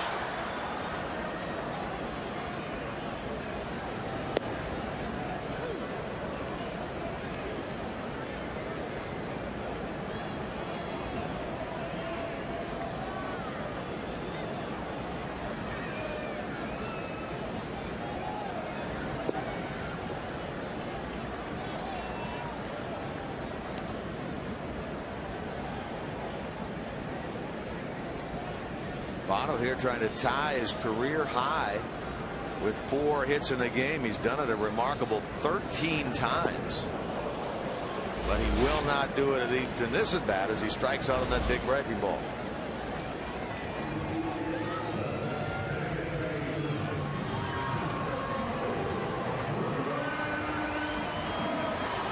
Here's Brandon Phillips, and he gets a big hand after that play he made in the top of the seventh defensively.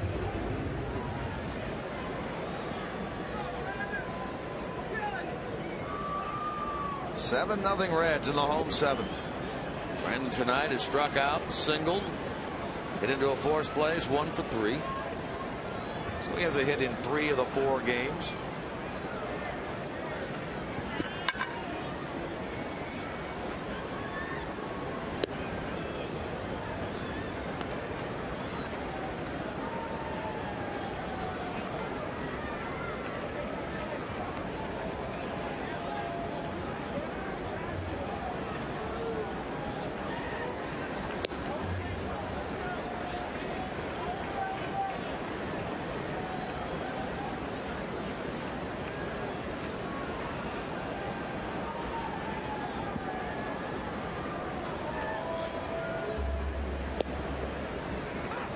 Right down the heart of the plate at 3-0.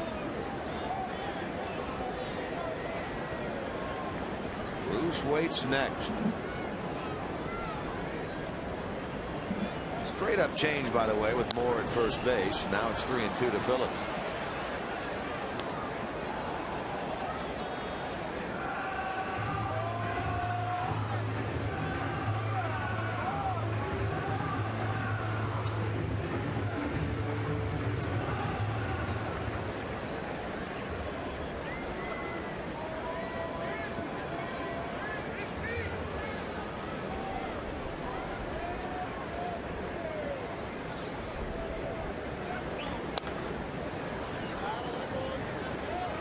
We mentioned Bruce standing on deck near the on deck circle. I don't know if you and Tom, Chris, talked about him. How about the new on deck circle this year for the Reds down there? In fact, they're new on both sides, but the Reds one is a completely different look this year. I missed it. Tell me about it.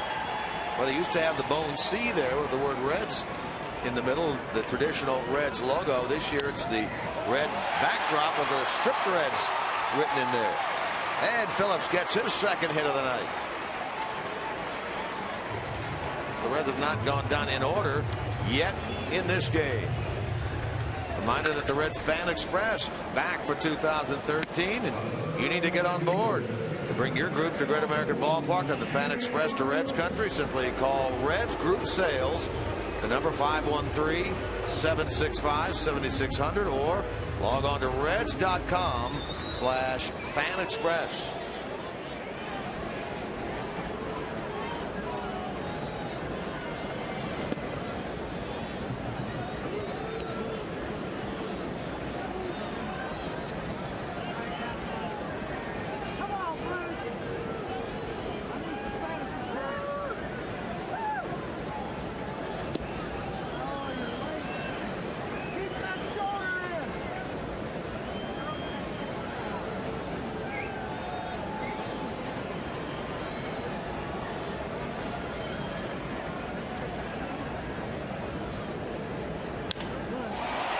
Bruce gets it in the air toward left center field. Hit pretty well off the wall. Chased down there by Bryce Harper.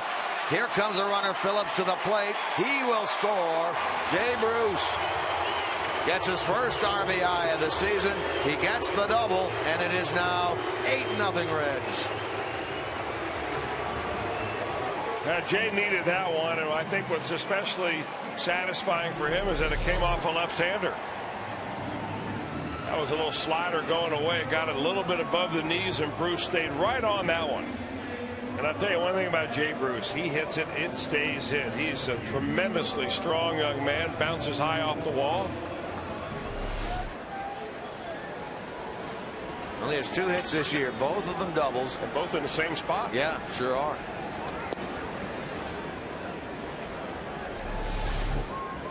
Now another look at the slow motion double swing of Jay Bruce right in the sweet part of the bat, or mentioned furniture. Exmo replay.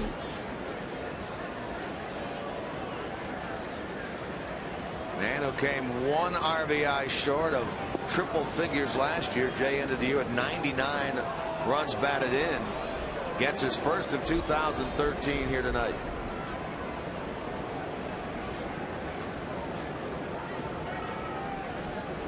Brandon Phillips congratulating Derek Robinson on making his big league debut here tonight.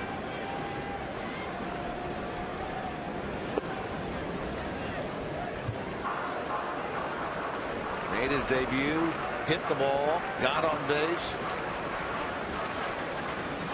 Get those first initial butterflies out of the way for Derek Robinson.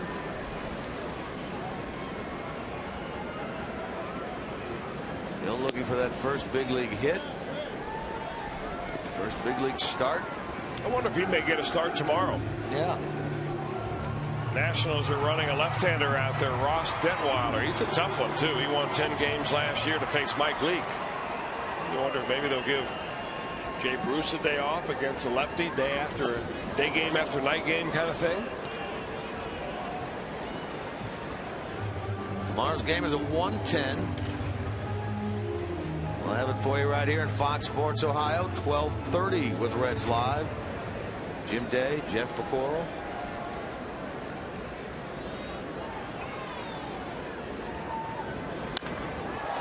Frazier hits it the other way. Chased out there by Worth to the wall. Gone! Todd Frazier. A multi-home run game for him. And how about 5 of them now in this game for the Reds? 5 long balls for Cincinnati tonight. 2 of them by Frazier. His 3rd of the year. With a runner on. Been a 3-run inning. And it's now 10-0 Cincinnati.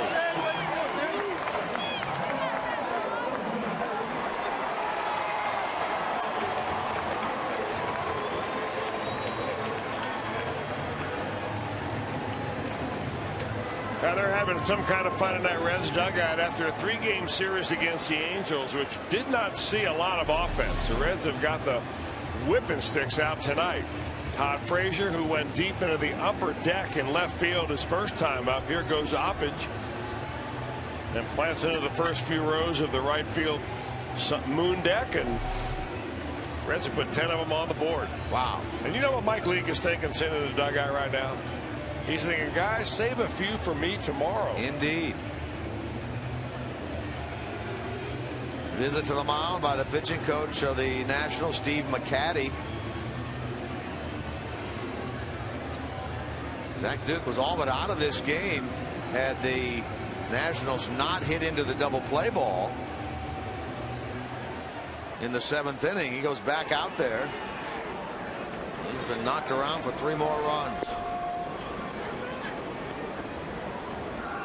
Second 2-homer game of the career of Todd Frazier. He did it in mid-May last year in New York. Doesn't hit tonight against the Nationals. Cozart, his first multi-home run game of his career, came here tonight. He pops this one up to the shortstop Desmond for out number 2.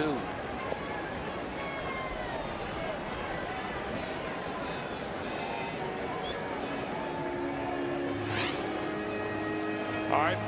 The 2 home run balls that Todd Frazier hit, this one was a home run ball that went way up into the second deck in left field. He stays right on that, but really look at the one on the right here. Look how his eyes are just right on that baseball. I mean, that is perfect form right there. Drives it to right field and picks up a 2-bomb night. Now, we said Devin Mesoraco was going to make his debut for this year tomorrow. He'll make it here as he pinch hits for Ryan Hannigan, getting his first at bat of 2013.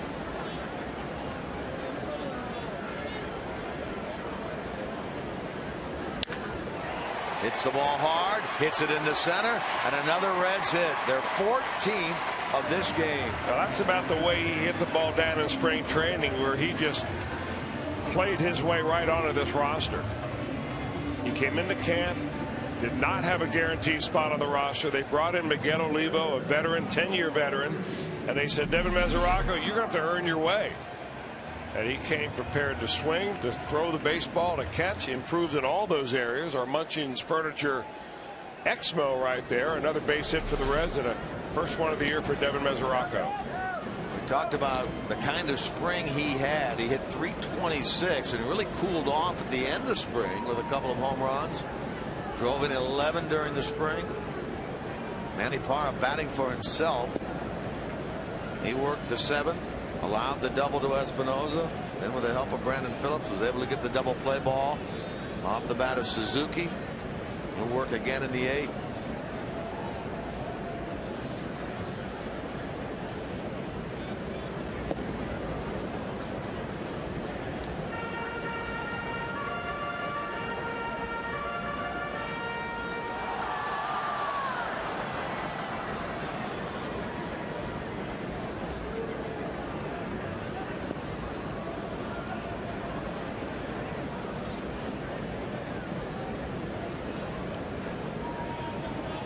Parra equaling the number of at-bats he had all of last year with Milwaukee, this being his first of the year. He had 1 last year.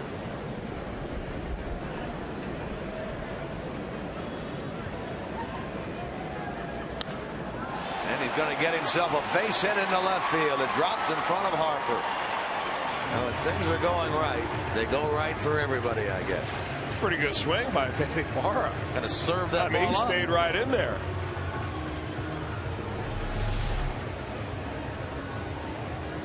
That's a little cut fastball or a flat slider right there by Zach Duke, and that's what's going to send Duke to the showers. Career 183 hitter Manny Parra gets the 15th hit of the night for the Reds. The last man that'll face the left-hander Zach Duke.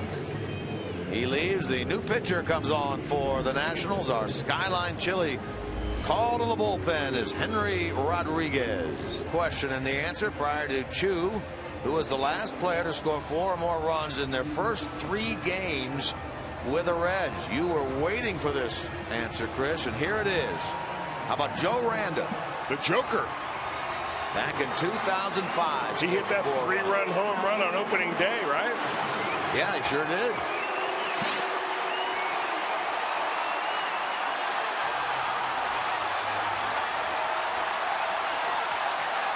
Joe Randa in 05. Chris Steins and John Nunley back in 97. Aaron Johnson in 1964. But the last, Joe Randa, 2005, scored 4 runs in the first 3 games wearing the Cincinnati Reds uniform. Yeah, there's the ones we're talking about right there.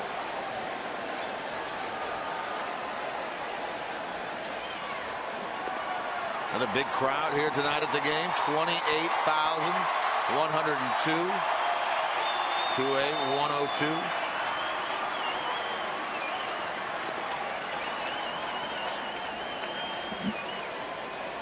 Was that 28,102 you said? 28,101 now. Yep. There's a lot of people are going to be hanging around to watch these Friday night fireworks. Big fireworks during the game. Joel Luckup gave me a note, said the last time the Reds hit 5 home runs in a game was July of last year at Colorado. Not surprising.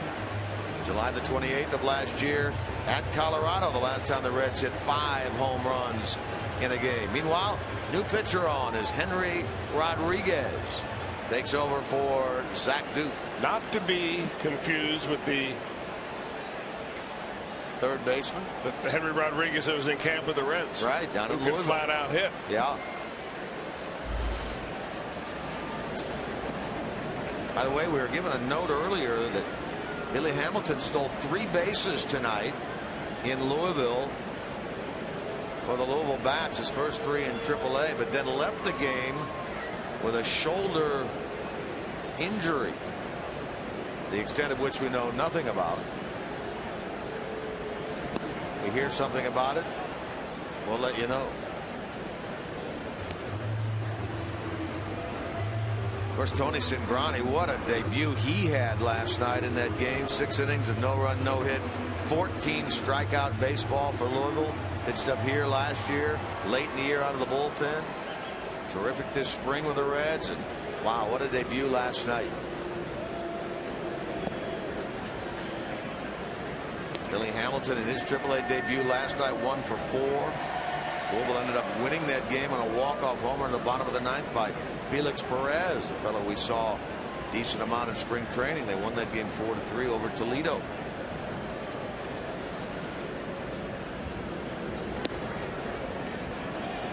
Choo draws the walk. He's on base for the 3rd time tonight, meaning now he has been on base 10 times in his 20 plate appearances so far this year.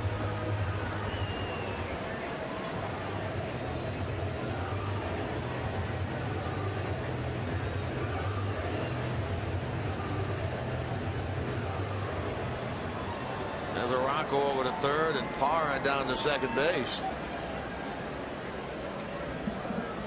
Those, like Korean fans, getting a picture of Choo.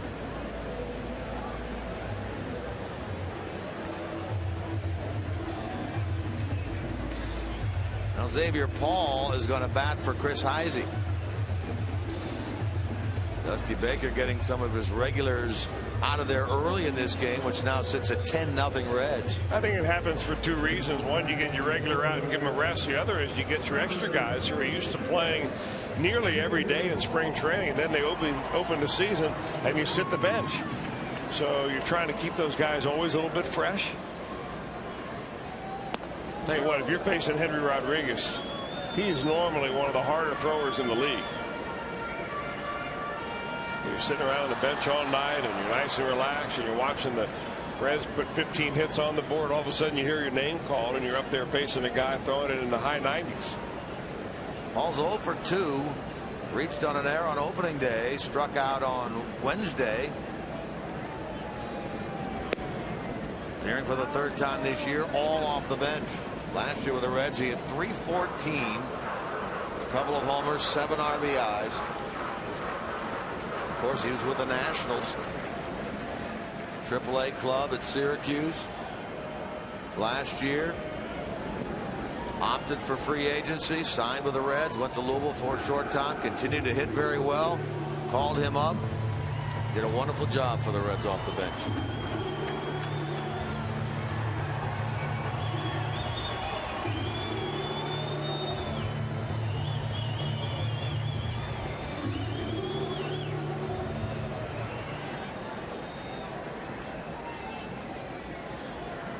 Hard-throwing Henry Rodriguez. Gets it to Paul, who hits a high, deep drive, grand slam. Pinch hit grand slam. Xavier Paul, 14-0 Reds.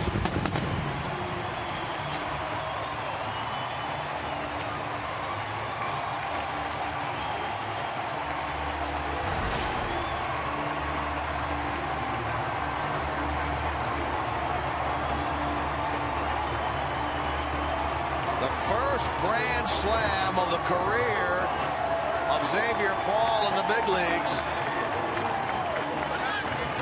And that was a no-doubter. Wow.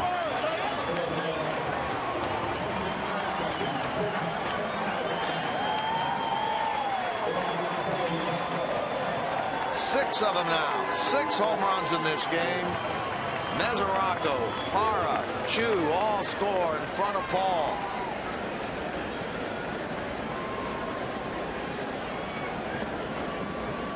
Now Hanahan batting for Votto. Let's take another look. Well, that was pretty much down around the knees, a little bit above the knees, and that's the zone for most left-handers, and Xavier Paul just gives it a ride.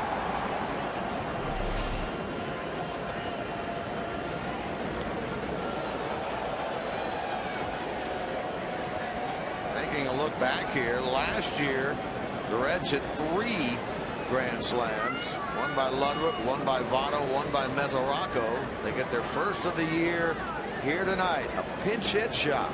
Boy, what a nice young man too Xavier Paul is. A hard worker, very appreciative of his time in the major leagues.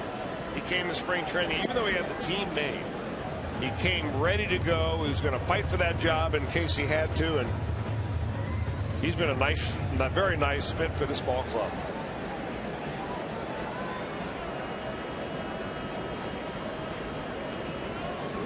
Hanahan at 2-1, and he lines it back up the middle, and a base hit. The first hit of the Reds' career of Jack Hanahan, who had been 0 for 1 so far this year.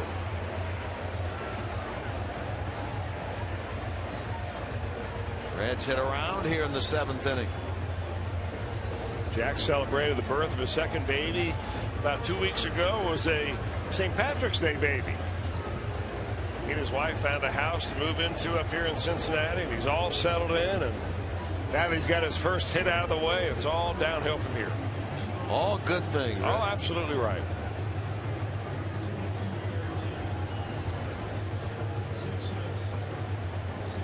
Here comes now Steve McCaddy out again.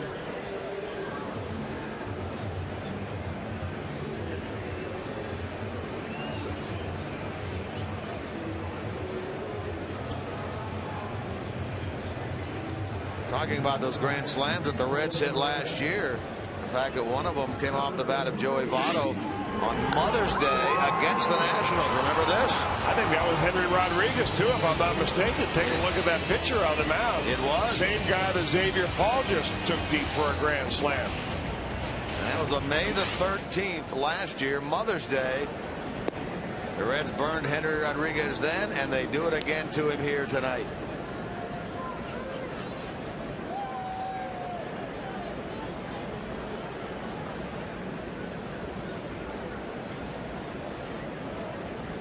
Now Cesar Izturis is batting for Brandon Phillips.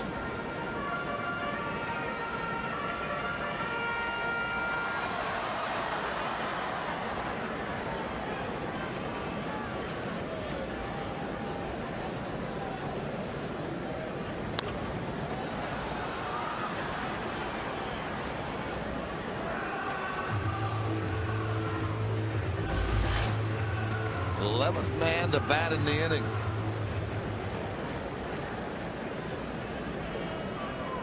Reds have scored 7 times, lead 14-0 on the ground to the right side, and Espinosa will make the play and throw on to first.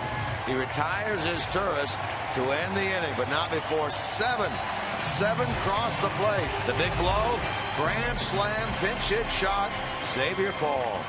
Of the Reds with you this season. MLB.TV is celebrating 11 years, so make sure you catch every Reds Out of Market game live online or on your favorite mobile devices in HD quality with MLB.TV Premium. Visit Reds.com to order. Get all the details. It's MLB.TV.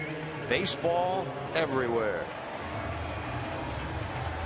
Changes for the Reds. There's a new first baseman, Jack Hanahan. He pinch hit. He's at first base now. Cesar Izturis made the last out of that big inning. He's now at second, replacing Brandon Phillips.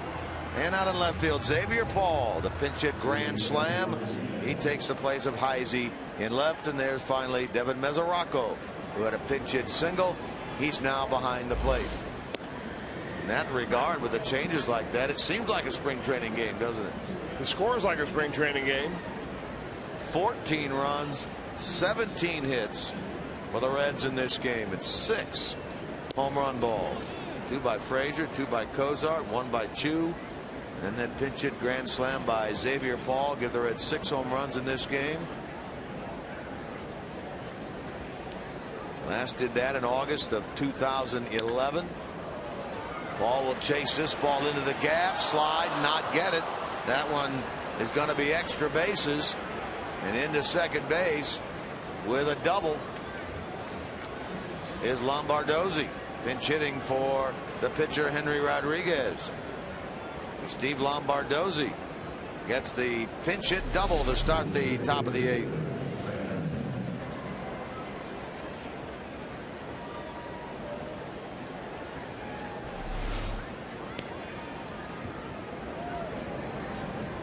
Top of the order now in Denard Span.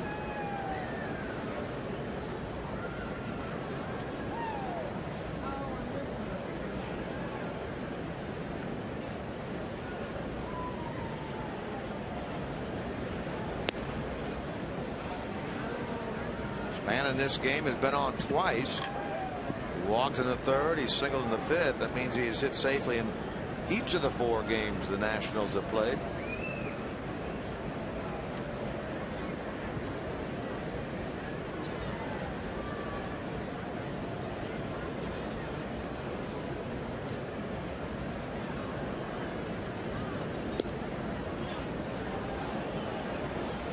In the long run, Denard Span really ought to help this ball club, the Nationals. They've been looking for a leadoff hitter. They haven't had a legitimate leadoff hitter there. I mean, a guy that they could pencil in the lineup every day. I mean, it's been one guy for a few weeks and another guy for a few weeks. Span lifetime has an on-base percentage of around 360, close to it anyway.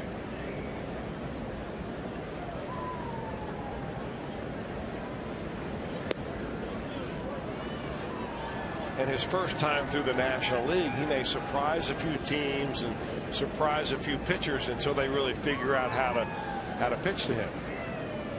They certainly thought enough of Span to go ahead and acquire him in a trade and then trade away Michael Morris to the Seattle Mariners. And he's a hometown guy too, born right there in the District of Columbia. Manny Parr worked the 7th, 3 batters. Gave up the double to Espinoza, got the double play ball and the line drive to Phillips off the bat of Suzuki. Gives up the leadoff double here in the 8th inning to the pinch hitter Steve Lombardozzi.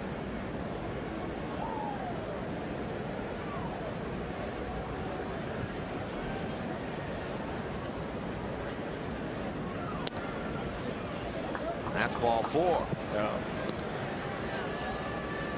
Fox Saturday Baseball returns tomorrow with 3 great matchups as Josh Hamilton returns to Texas as the Rangers host the Angels, or the Yankees battle the defending AL champion Tigers, or St. Louis taking on World Series champion San Francisco Giants. The debut of Fox Saturday Baseball returns tomorrow at 4 p.m.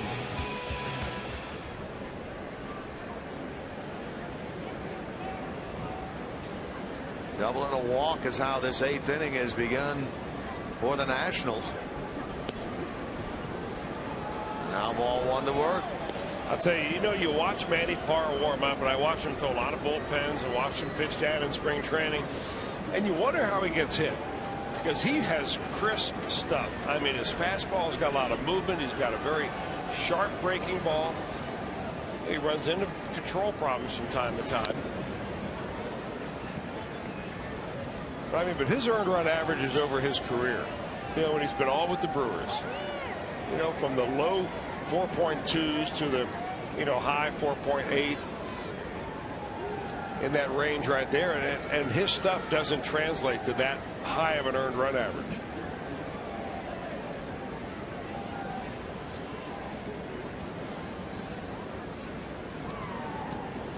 If you further delve into the numbers, he has control problems, and usually guys that can't spot their fastball for strikes can't spot their fastball for quality strikes, and you end up throwing the ball down the middle.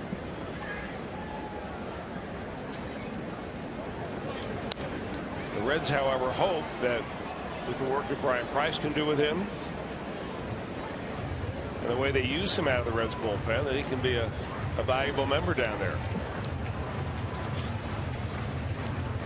What Brian Price has done for this pitching staff over the last few years, I mean, you cannot overestimate it. Former Seattle pitching coach, former Diamondbacks pitching coach. You just look collectively as a team. Yeah, I mean, they've gotten older and more experienced, and sometimes, you know, you bring in a good pitcher like Matt Latos, and Johnny Cueto matures, and Homer Bailey matures. But if you just look from an aggregate standpoint, the number of walks that have gone down over year after year since Price has been here, that's been the big thing. And their earned run average has gone down also.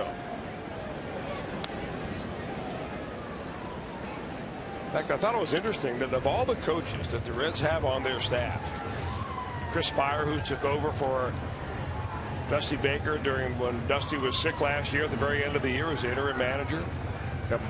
Mark Berry, who's been a third base coach for a long, long time. He's managed in the minor leagues before. The only one of those coaches, Billy Hatcher, who went on a serious interview for a managerial job, was Brian Price. With the Miami Marlins, yes.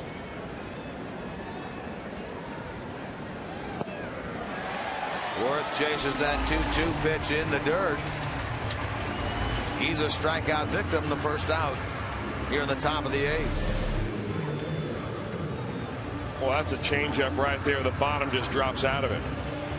I mean, 3 quality pitches. A nice moving fastball, a really sharp breaking slider, and a good changeup. Reds lead this game 14-0. They have 17 hits. They've hit the Nationals 17-4. Last time the Reds scored at least 14 runs is when they produced 15 in a game late May of 2010 against the Houston Astros. They scored 15 in that game. He had 19 hits on the 3rd of April against Milwaukee last year. Tonight, 14 runs, 17 hits.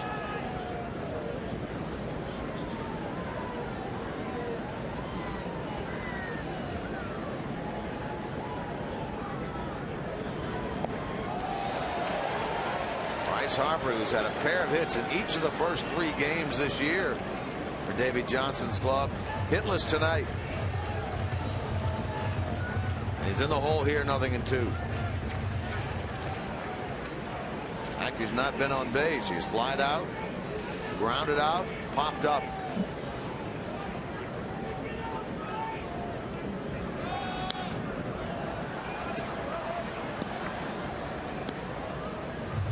Well, Bryce Harper has to remember Great American Ballpark, right? And he'll be the first one to tell you that this ballpark is made out of some tough cement. Because wasn't it after one of his frustrating at-bats when he came in here as a Washington National, he took a bat to a cement wall underneath the dugout? You know, you might be right about that. And the bat bounced off the wall and came back and hit him above the eye, and it cut him open. He went out to the field the next inning, and he was dripping blood all over his face. They eventually took him out of the ball game. Mind of yours is a steel trap to center. Choo has it. 2 out. Just funny what you remember.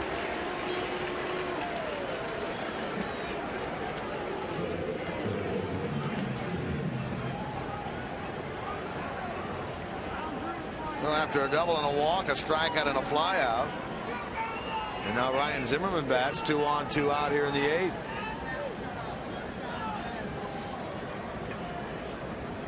After 3 straight 1-run games, actually 2 1-run games and a 3-1 game on opening day, 3 tightly contested contests between the Reds and the Angels. An old-fashioned blowout here tonight, 14-0 in the top of the 8th.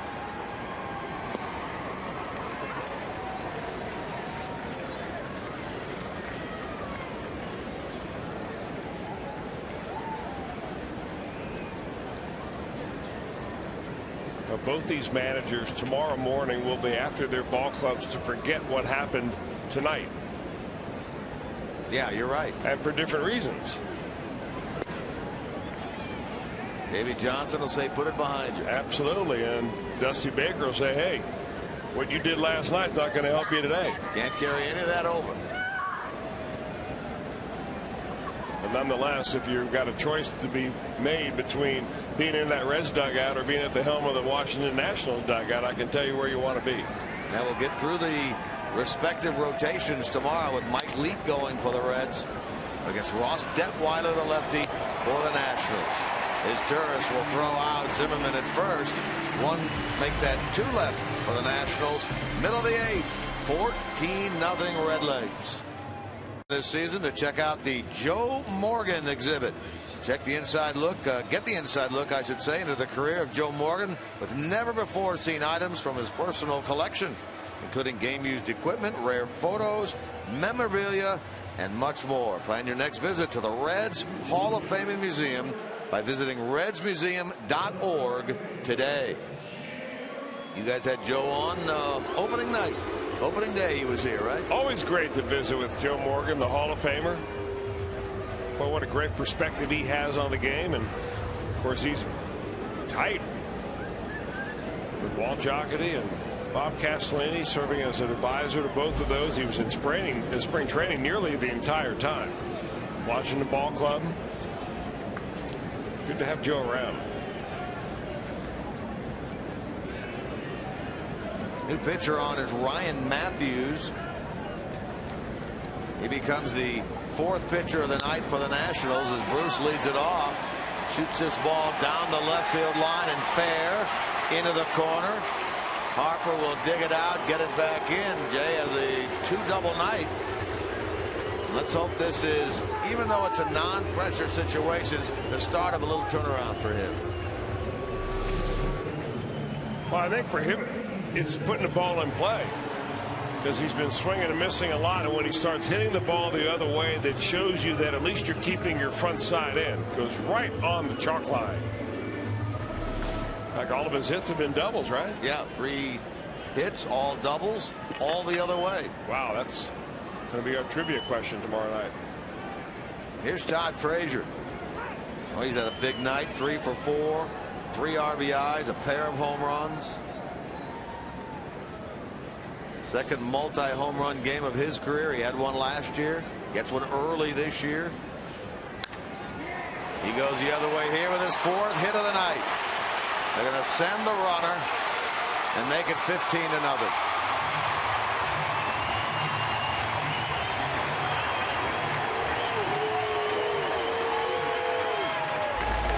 A 4 for 5 night for Todd Frazier.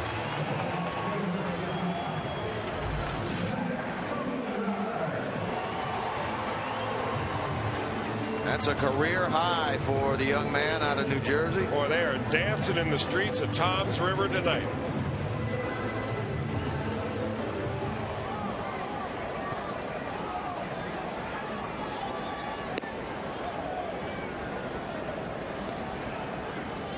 Here's Zack Cozart. It's a rare run right there that the Reds scored without hitting a homer. Yeah. I think 18 of 26. 19 of 26 they have scored via the home run.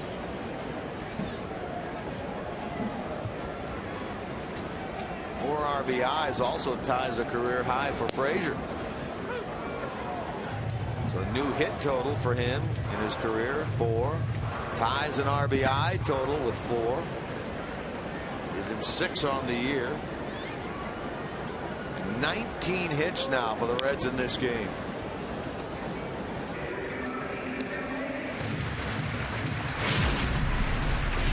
Cozart, his first multi-home run game of his career.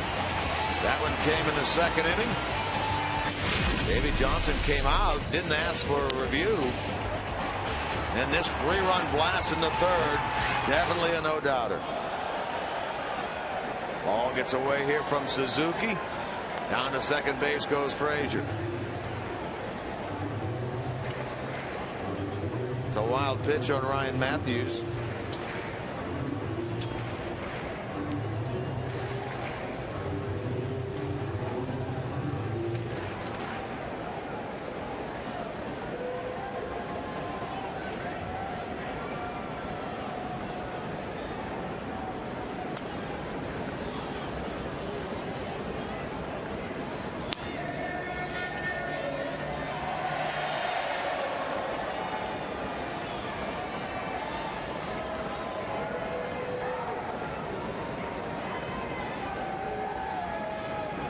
San Francisco and Barry Zito beat the Reds today. Beat the Cardinals, I should say, today, 1-0. So the next Reds opponent after this series concludes, St. Louis, they're off to a 1-3 start. Banged up a little bit this year. They are banged up a little bit. Left side of their infield, they thought would be Furcal and Freeze. Totally different right now due to injury. In case of Furcal, he's out for the year.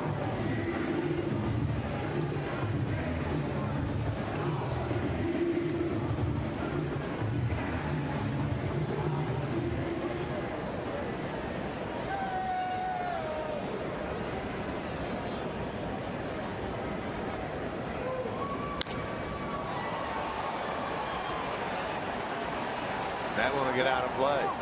Texas won today at home. Josh Hamilton makes his return to Arlington. Rangers won that game 3-2, and so the Angels, picked by many to be the representative in the American League of the World Series, they get off to a 1-3 start.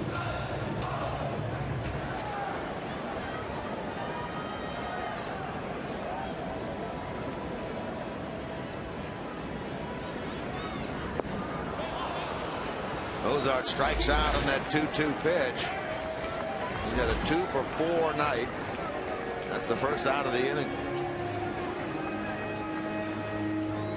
Homer Bailey went 6 tonight for the Reds. No runs, 2 hits, 3 walks, 6 strikeouts, making it 4 games, 4 quality starts for the Reds. Mike Leake will try to make it 1 time through the rotation in 5 starts and 5 quality starts. Mesoraco, a pinch hit single his last time. His first time up this year. Stayed in the game. Went behind the plate. Now he bats for the second time tonight.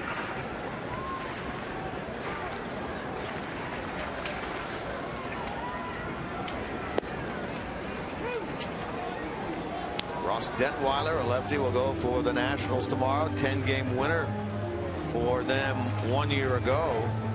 He started game 4 of the National League Division Series against the Cardinals.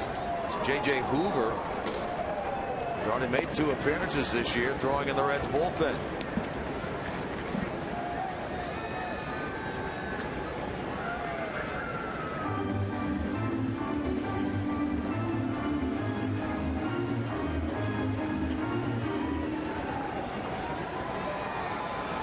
Mesoraco with a runner aboard, a run in, 1 out here in the 8th. Now he's in the hole, 1-2.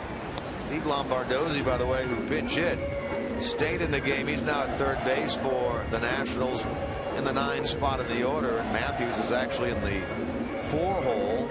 Ryan Zimmerman leaves the game. Lombardozzi had that pinch hit double top of this inning.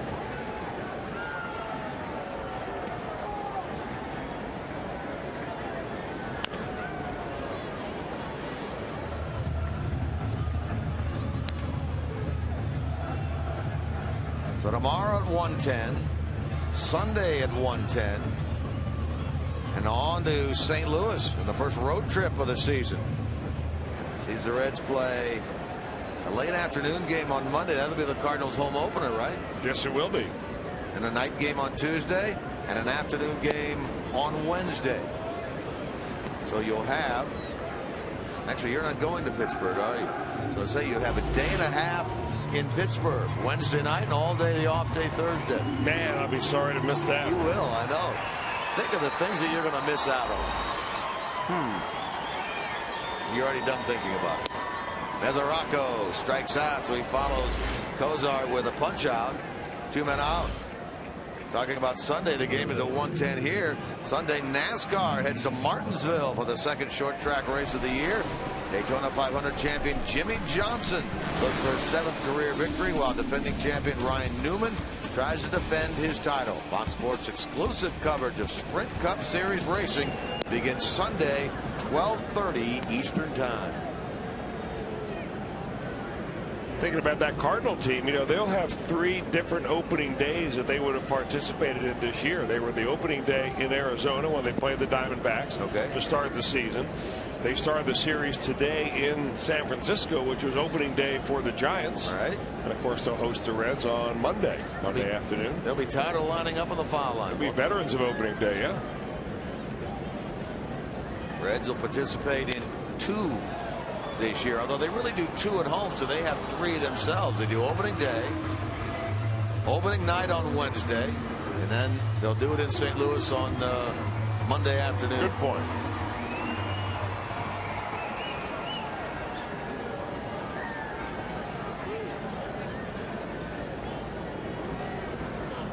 Well, that time off in Pittsburgh ought to give you plenty of time to go over there and visit the Andy Warhol Museum. Well, now, I won't be coming in there until late Thursday night, so I'll miss out on that day, almost all of that day and a half also. Then, of course, I'll have to get together with the former Red, Sean Casey, Hall of Famer, and discuss the Pirates and the upcoming 3 games that he and I will work together there. Be nice hearing Case on the air again. Manny Parra batting for himself. Shoots this ball to the wall in left center, and it's run down by Denard Span. And so the bottom of the 8th ends with just 1 run crossing the plate for the Reds. So we will go to the 9th up 15-0.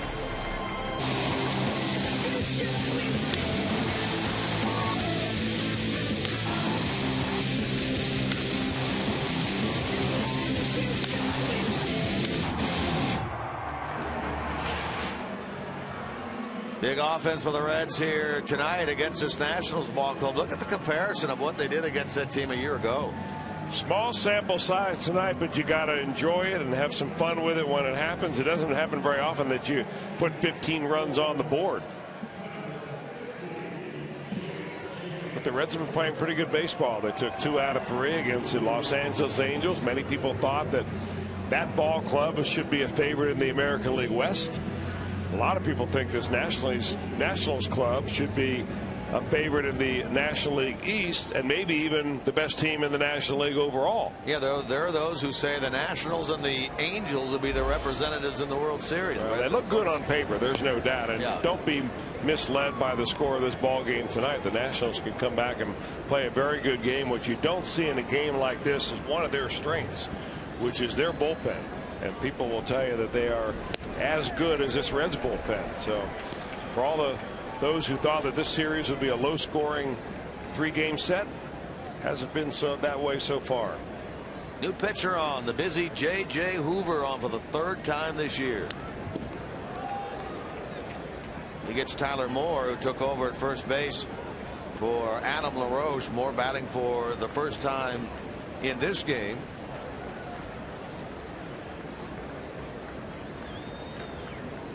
In fact, he's batting for the first time this year. Young man from Brandon, Mississippi, Tyler Moore is. Down around Cowboys neighborhood. Sure is. In fact, he went to Mississippi State. He's got some kind of power too. 25 years old. But there's an instant connection then between Tyler Moore and the Cowboy. Played 75 games last year, had 156 ABs for the Nationals and about 10 home runs. So he's got some pop. Now, you've been a power guy coming up through the Nationals organization. 30+ homers in A-ball in 2010, 30+ homers the following year in Double-A. For this spring for them. Hoover gets him to reach for that pitch and pop it up. Cozart will handle it, and that is the first out here in the 9th inning.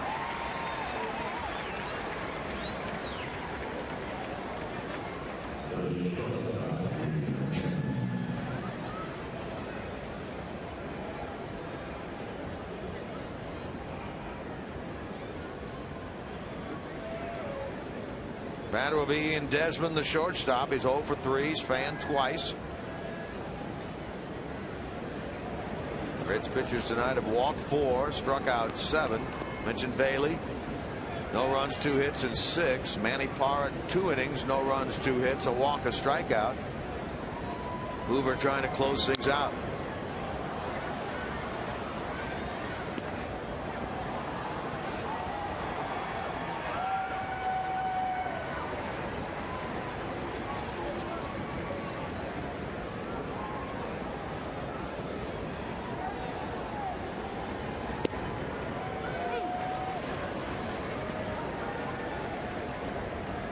Danny Espinosa waits on deck.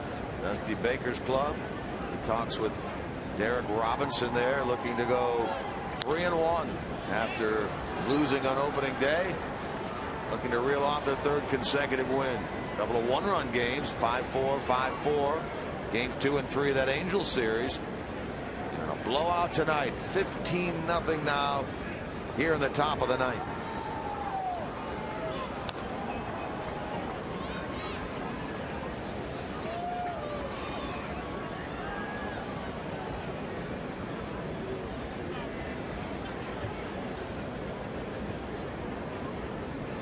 J.J. Hoover, impressive last year when he was with the Reds. Impressive down at AAA Louisville. He was closing down there, saving games. Talked with him during spring training. He said, yeah, down the road, I'd love to see myself given the opportunity to close games. He said, we have some awfully good pitchers right here that are doing it now. Solidly hit into left center by Desmond. He's going to get himself a two-base hit out of it. His first hit of this game and only his second hit of the year. He's 2 out of 14.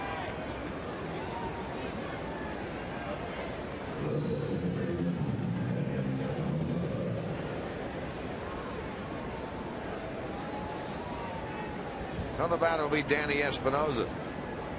Switch hitter has a pair of the 5 hits that the Nationals have tonight. Single in the third. He doubled back in the 7th.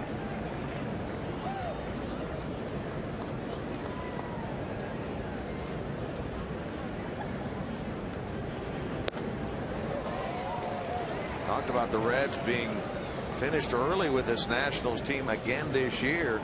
They'll play over there 4 times against Washington later this month. Thursday the 25th through Sunday the 28th. 2 night games, 2 day games. The Reds will be finished with them in the regular season. Choo retreats on this ball. Onto the track. He hauls it in. Espinosa retired. And out number 2.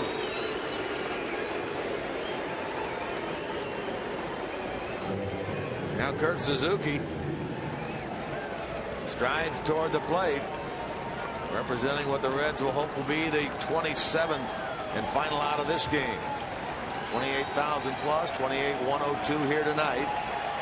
Many of them now onto their feet, looking to see the Reds go to 3-1.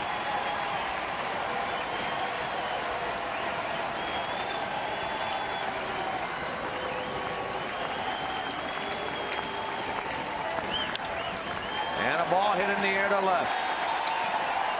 Paul is there. Reds win 15-0. The Reds bats explode here tonight, and they go to 3-1. One of the biggest offensive outbursts we've seen from this club in many a time. 15-0 Reds a winner. Back with more from the ballpark after this.